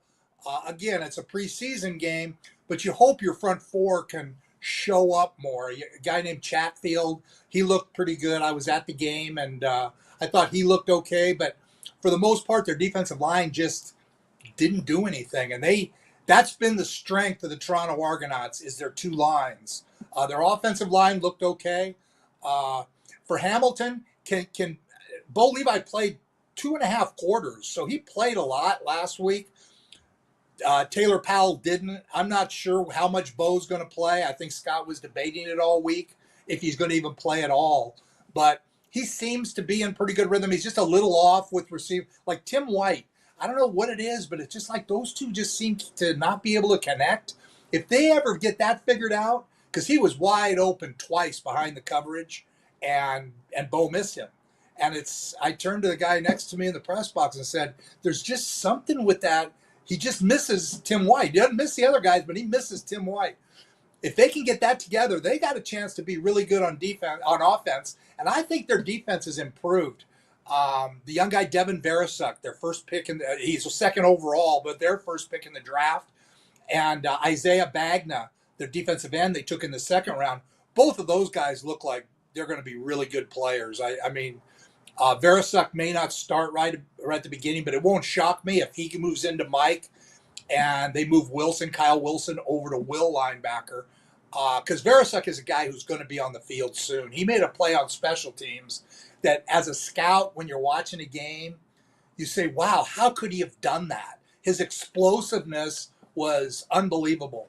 So, they got some things on defense that they're going to be good. I think they're going to be much better than they were. Brent Monson. Next week, I called it, Calgary, Hamilton, Bo Levi and Brent Monson going back to Calgary, who needs to win. They're 2-0 in the preseason, so hopefully they can carry that into their season, get the Calgary fans excited again. That, to me, is the game of the opening week, is Calgary and Hamilton. Then that last game this week, Sask and Winnipeg, Trevor's not going to play. I don't think Trevor Harris is going to play. The offensive line in Sask has me worried. I mean, they're moving people around. They're going to try Jacob Brammer at right guard tonight. They've lost 2 players, Sean McEwen, to a season-ending injury. They lost Gagnon, the free agent they signed from Montreal, who was playing right guard. He tore a pec. He's gone for the year. So to lose 2 Canadian offensive linemen, there aren't a lot of teams in the CFL that can overcome that. And I had picked Saskatchewan, but that was prior to both of those injuries. So you're going to have to tune into the preview show to see who I'm actually going to pick. It could still be Saskatchewan. Yeah. Naylor still has Ottawa Sask Grey Cup final. He says it's a Grey Cup preview in week 1, Thursday, June 5th at Mosaic, which we can come back on. The viewers have a lot of questions, so we're going to have to go fast here. But Naylor brought something up really interesting, Jim, and I'll paraphrase it to say, what do Jeremiah Masoli, Cody Fajardo, Jake Mayer, McLeod Bethel-Thompson, Nick Arbuckle all have in common? I'll save you the time.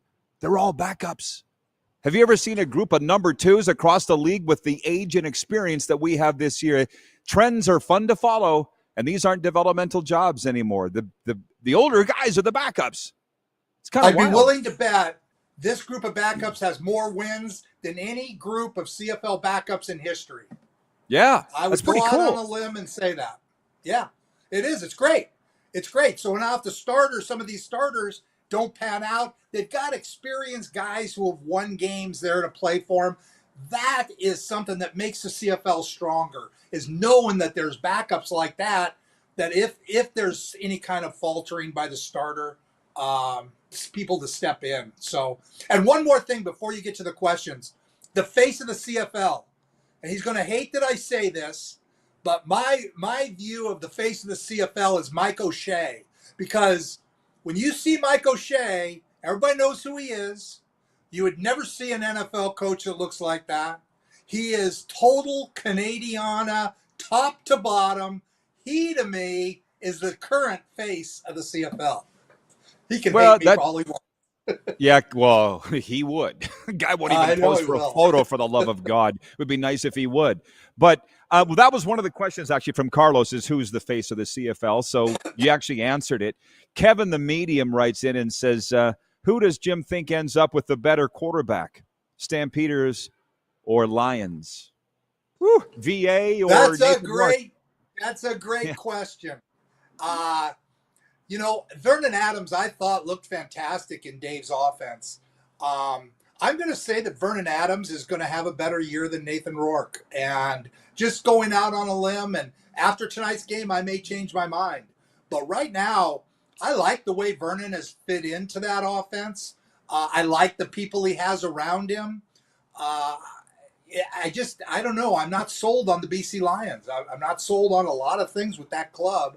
And obviously that affects the quarterback. And, Vernon Adams he can throw the ball around the big receivers.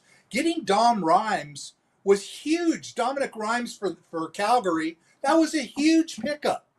Huge pickup. So, again, it's going to be really interesting to watch that. But I think that's a great question. Whoever asked it, that's a great question. And I'm going to say that Vernon Adams is going to have a better year than Nathan Rourke. To be honest, when you say whoever asked it, that's Kevin, the medium, our sales guy. You met him at Grey Cup when you were he works for us, you know, in Vancouver last year. He's a Lions fan living in Calgary. That will explain a lot for him. Yeah. So, Carlos in Indianapolis says, what do you love the most about the league? That just popped up in hour one. It came into my head, and I want some time to think about it because it's a long list. Sorry to catch you off guard, but what would be number one for you at the top of the list, why you love the CFL? You know, the CFL, and I refer to it as the Division III of professional sports, and I don't mean that in a demeaning way at all. I coach Division III sports. It's the family atmosphere. It's the caring. You use the word intimacy. That's what I love about the CFL. I mean, it's just players truly appreciate that they get to step on the field. Go to a Grey Cup game and then go to a Super Bowl game, and you're going to see the difference between the NFL and the CFL, and why I love the CFL so much more. The fans, everything about the CFL, I love much more than I do with the NFL because of it's just the closeness. And like I said, I liked your word intimacy. I think it's that type of league. Players, coaches, people care about each other, and I've never seen a player turn away from a fan. No. Again, it just doesn't happen in this league, and that is what makes it special.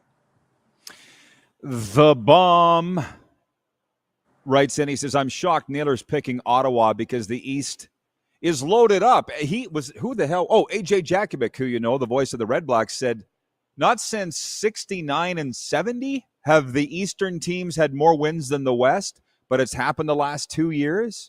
Is the East the stronger division now? Again, I think that's a reach to say they're stronger. I do like some of the teams. I think Ottawa's improved themselves. Again, how bad is Toronto going to be? How bad is that defense going to be? those questions are it's early to answer. I think Hamilton's going to be much improved. Ottawa's going to be much improved, and Montreal is a huge question mark because of the quarterback situation. So, is it? I wouldn't say they're dominant.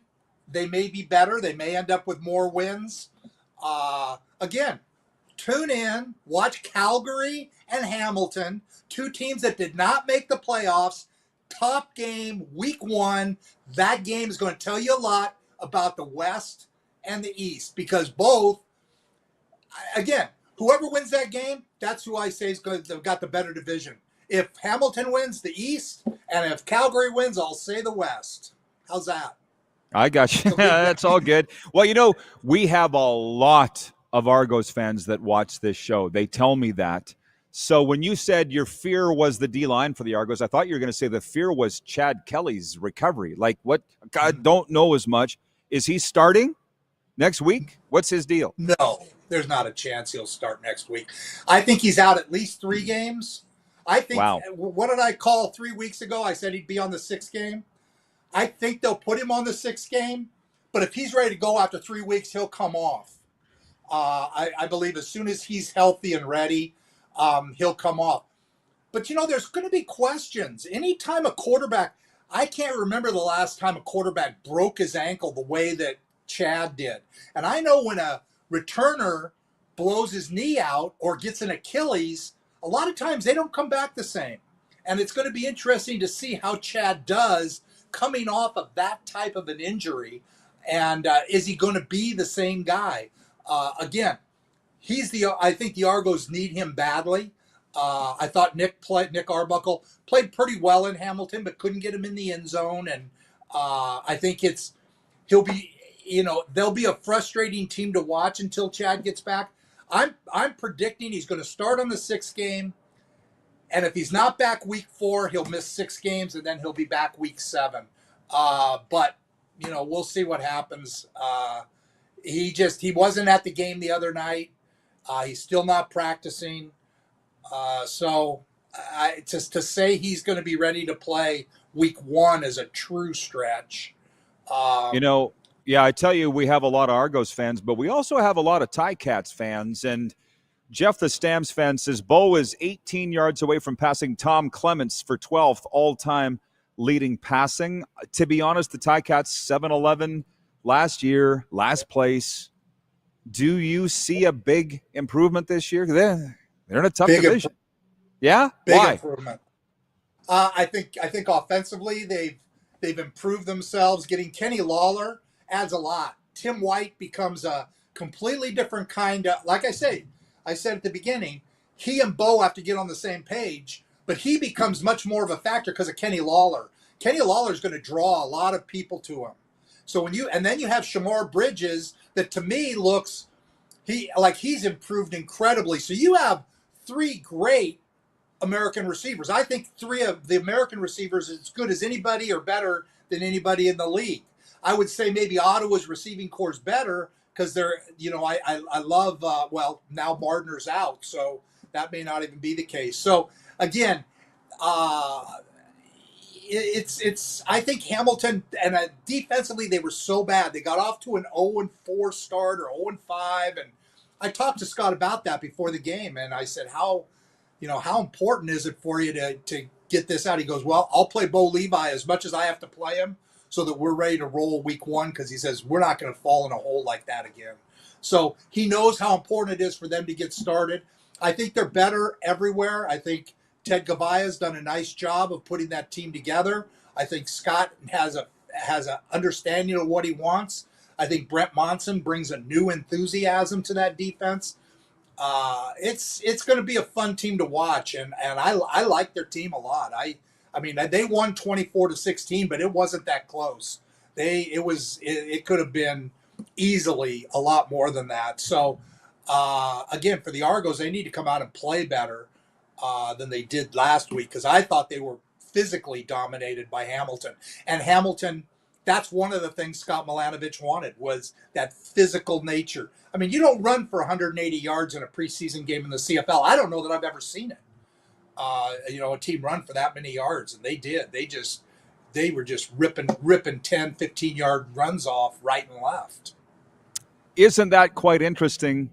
Because we've often thought, especially preseason game one, or I've always felt it's nothing more than a practice in uniform with the lights on, but that sounded like a game, what you're talking about there in Hamilton. And maybe the same thing will happen in Guelph tonight when those two teams meet. And here for Winnipeg Sask, our director of scouting, Craig Smith, is watching. He says Ted's an excellent personnel guy.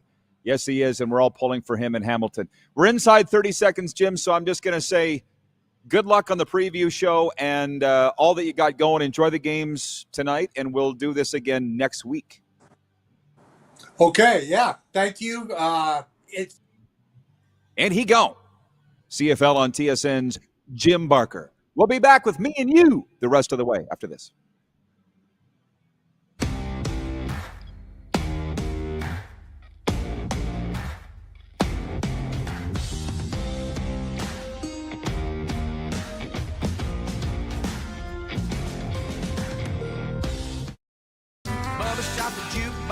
Honky Tonk legend Mark Chestnut. Celebrating 35 years of music. Joined by special guest Aaron Goodvin. June 28th at Temple Garden Center. Tickets on sale now at Temple Garden Center box office or online at sasktix.ca.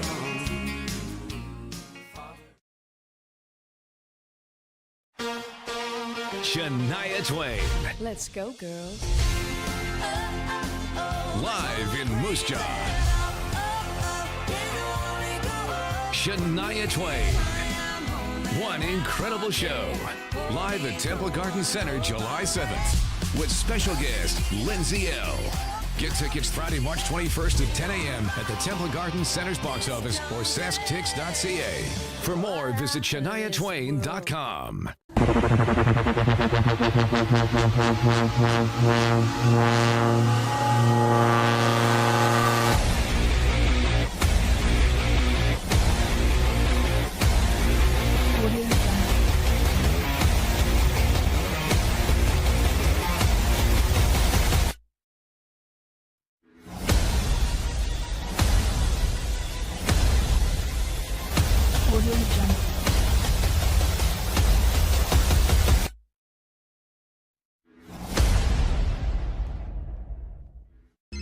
Text 902-518-3033.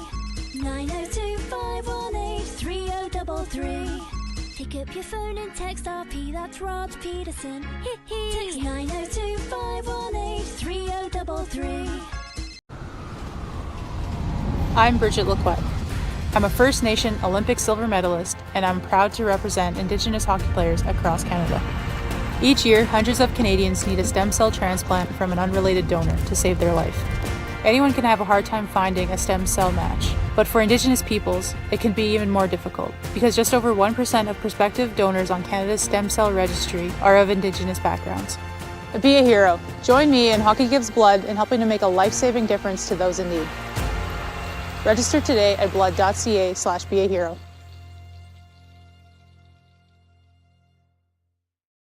Did you know that you can help save a life? And you can start right now. Stem cells from male donors increase chances of positive outcomes for patients, yet they only make up 40% of our registry. Today, there are hundreds of people in Canada searching for their life-saving match. You can be a patient's best hope. Be a hero by registering with Canadian Blood Services Stem Cell Registry now. Text 902-518-3033.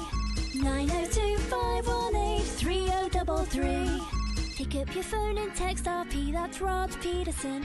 Text 902-518-3033. Hi, my name's Logan Stankoven. And I'm Connor Bedard. We're both Hockey Gives Blood player ambassadors and proud to be blood donors. There are thousands of patients each year in Canada that rely on a generous stranger to save their life. Please book an appointment today to donate blood at blood.ca/HGB.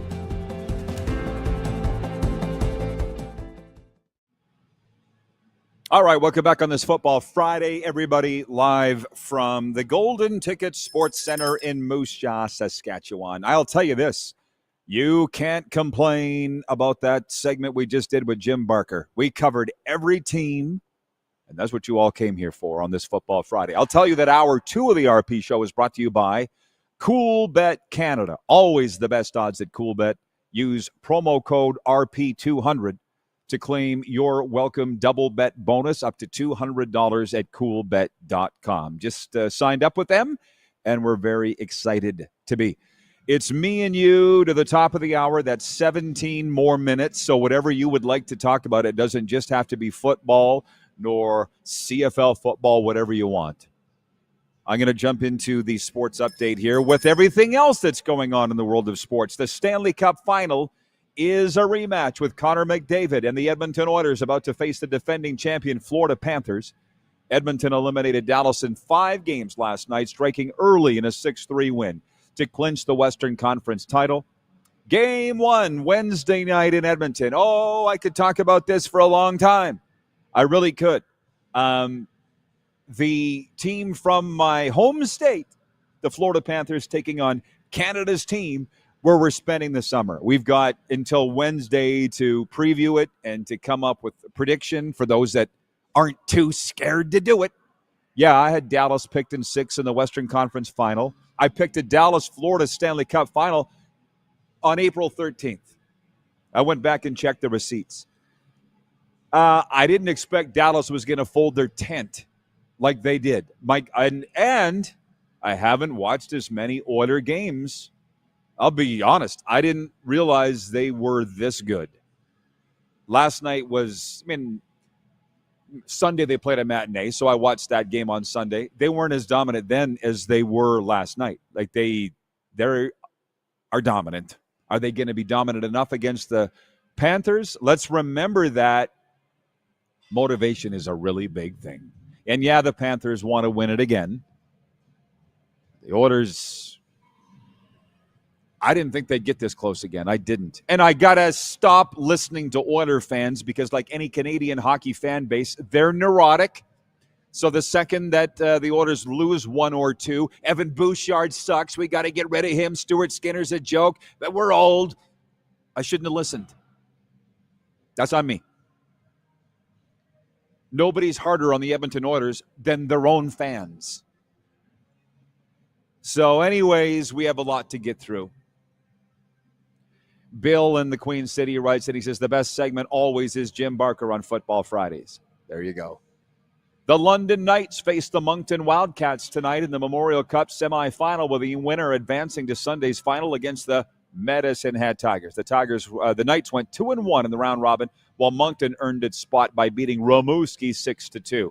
I won't be watching tonight. I'll be broadcasting baseball here in the Western Canadian Baseball League. However, I'll be watching the final on Sunday, and I fully expect it'll be Medicine Hat versus London. Oh, it's delicious. The Indiana Pacers must wait at least one more day to earn their second trip to the NBA Finals. The New York Knickerbockers staved off elimination Thursday night, beating the Pacers 111-94 in Game 5. The winner of the best-of-7 series will meet Canadian guard Shai Gilgeous-Alexander and his Oklahoma City Thunder in the final. Righty Chris Bassett will take the mound today as the Blue Jays host the struggling Athletics from parts unknown. Sacramento, Oakland, Vegas, whatever. Toronto's offense exploded Thursday as the Jays put up 8 runs in the second inning and thumped the A's 12-0 to open a 4-game series, bringing the Jays back to 500 at 28-28. The sports update is for Heavy Gym. Heavy Gym isn't just about lifting weights. It's about lifting your spirit, your strength, and your potential. Step into the gym that's changing lives. Find out more at heavygym.ca. So, Stanley Cup final thoughts, CFL final thoughts on the CFL, if that's what you have, as we head into the final segment of the day. Overtime coming back in a moment. 902-518-3033 is the text line for Progressive Insurance. Switch to Progressive and you could save a bunch. Or the streaming chat. Ron in Calgary getting the jump on it. He writes in from the 403. He says, I'm eating crow too, Rod. I just can't believe the Oilers are better than the Panthers. I better use reverse psychology and bet big on the Oilers now. Yeah, the thing is, I just don't want to think about it all today. I got a baseball game to get ready for tonight, a show to do here today on football. I'll think about the hockey over the weekend. We'll be right back.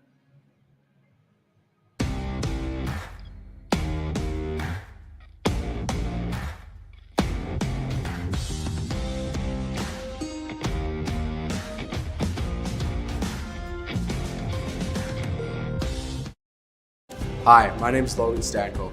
And I'm Connor Bedard. We're both Hockey Gives Blood player ambassadors and proud to be blood donors. There are thousands of patients each year in Canada that rely on a generous stranger to save their life. Please book an appointment today to donate blood at blood.ca/HGB. Text 902-518-3033. 902-518-3033. Pick up your phone and text RP, that's Rod Pedersen. Text 902-518-3033. Did you know that you can help save a life? And you can start right now. Stem cells from male donors increase chances of positive outcomes for patients, yet they only make up 40% of our registry. Today, there are hundreds of people in Canada searching for their life-saving match. You can be a patient's best hope. Be a hero by registering with Canadian Blood Services Stem Cell Registry now.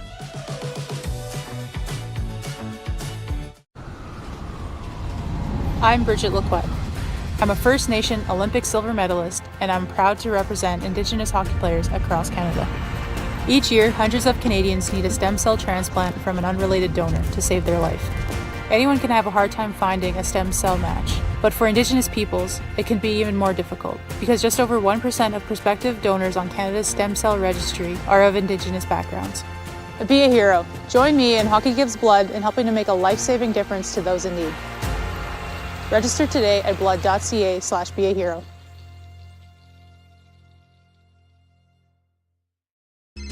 Text 902-518-3033. 902-518-3033. Pick up your phone and text RP, that's Rod Pedersen. Text 902-518-3033.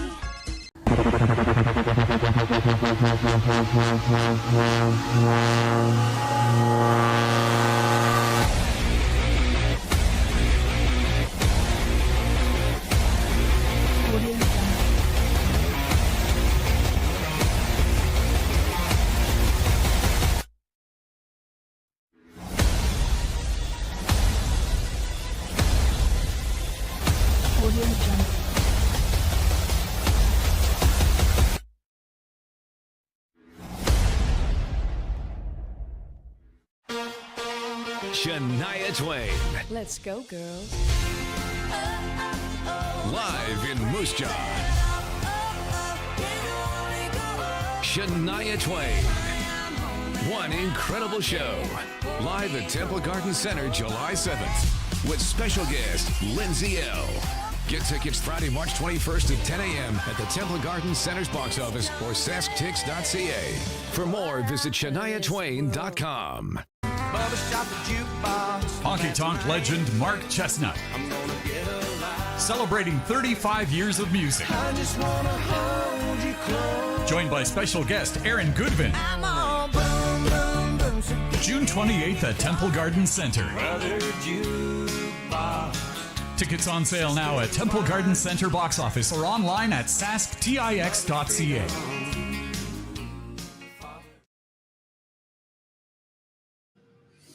Welcome back for overtime, everybody. And like every segment, we're going to have a lot of fun here. The final one of the week. And I would encourage you, because we're heading into 2 days of no program, go read rodpeterson.com right now for my daily commentary that runs on Saskatchewan radio, because I'll paraphrase here what I said there, but it's better there. And by the way, it's Overtime, brought to you by Overtime Hockey Lanes in Calgary, where it's always hockey season there, right? I don't know what else to tell you. If you're looking for the perfect place to perfect your shot, you want a birthday for the hockey-loving kid in your house, they got you covered at 28th Street, Northeast Calgary. We are in the best time of the year. We look forward to all of this. Stanley Cup final opening on Wednesday. Panthers Oilers, we just talked about that. Hang on, Rich in Edmonton. You had a great comment that I'm going to get to about that. Roger Aldag, the Rough Riders, great. 4-4, faux, as some like to say, said there's 2 seasons in Saskatchewan, winter and rider season. Well, the latter begins tonight with the first of 10 home games. And then we got our Western Canadian Baseball League. Home opener tonight for the Moose Jaw Miller Express. The boys have been rolling in and out of here as we've been on the air. Miller Express Baseball. Rich in Edmonton writes in, he says, I've enjoyed the break from constant NHL talk today, RP, and I'm a diehard Oil fan, but it's been exhausting. And he says, locally, not your show, to be clear. Hey, I get it, Rich. I think that's the one thing through 1,504 of these shows as we come up on our 6th or 7th anniversary, I can't remember even, is that this show is refreshing. It's not like any of the others. Nor am I. I'm not like anybody else. A little, producer Corey, you're the same. We're not the same as everybody else. That is a blessing and a burden. Let's choose to make it a blessing. It's refreshing. And thank you for noticing. Talking about Canadian Football League football, you're just not seeing it anywhere else. Not to this degree and in depth as much as this. And I love the topic this randomly came up today. I'm going to put it on our Facebook channel this afternoon or tonight. What do you love most about the Canadian Football League? Please put it to one thing, because it's a long list. Now, having said all of that, Paul says, Rod, do you have a pick in the Memorial Cup? Paul from Humboldt. I'm not going to make a prediction on the Memorial Cup, and I'll tell you why. I haven't watched any of the games' teams live. So I'll be cheering for Medicine Hat. 6 times? Is it now 7? They've won the WHL title. It's unbelievable what the Medicine Hat Tigers have done as a franchise. I love the fact that the 2 best teams, well, London hasn't won yet. They got to beat Moncton tonight. Pretty damn sure they would win. If they don't, it'll be a massive upset. But I'll be cheering for Medicine Hat. I'm not going to pick a winner. I picked Lethbridge to beat them in the East Final. And they swept him. It's embarrassing. But I haven't watched. I just know on Sunday afternoon I'll have my ass parked on the couch watching the Memorial Cup Final like I always do. It's different times. Some of the people that don't want to change, a lot of them watch this show, and that's fine. They're just steadfast against changing. And if you don't, you're going to get left behind. And I talked about that 1999 preseason game in the Canadian Football League, Saskatchewan and Edmonton. I called it. I'm just stunned that there were 35,000 people at Commonwealth Stadium. You don't stop and think about these things until you stop and think about these things. 26 years ago, June of 1999. What a different time.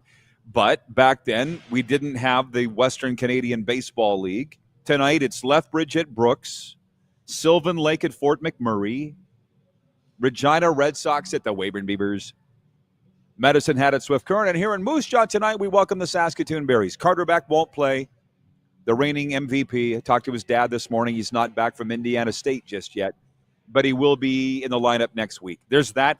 There's the Canadian Elite Basketball League.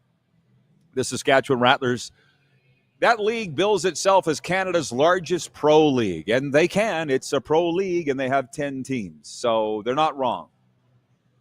But where are they? Are they growing? I don't know. Saskatchewan Rattlers at Niagara tonight. Rattlers 0-4. And the Vancouver Bandits are at the Edmonton Stingers tonight. The Stingers are drawing great crowds. They're filling that, what we used to call the Agricom there. I don't know what they call it anymore. Expo Center, I guess. It's just a different time in the world. CFL doesn't have as big a chunk of the pie anymore.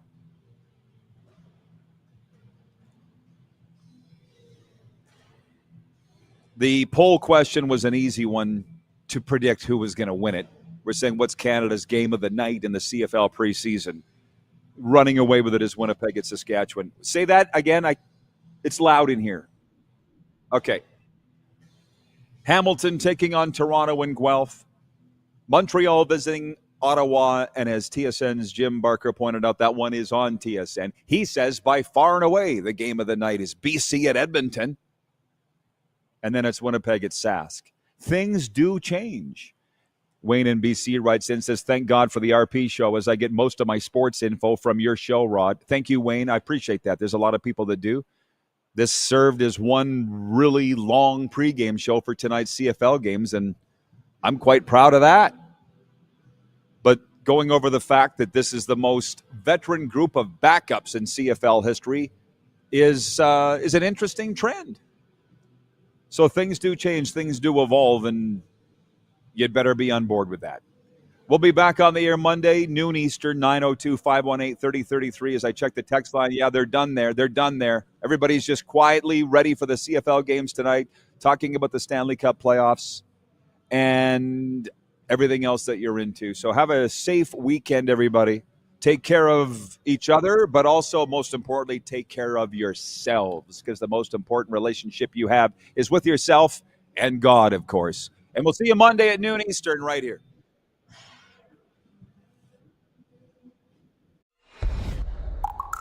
Now I'm the whore and the pimp. That's where the money is. How about that?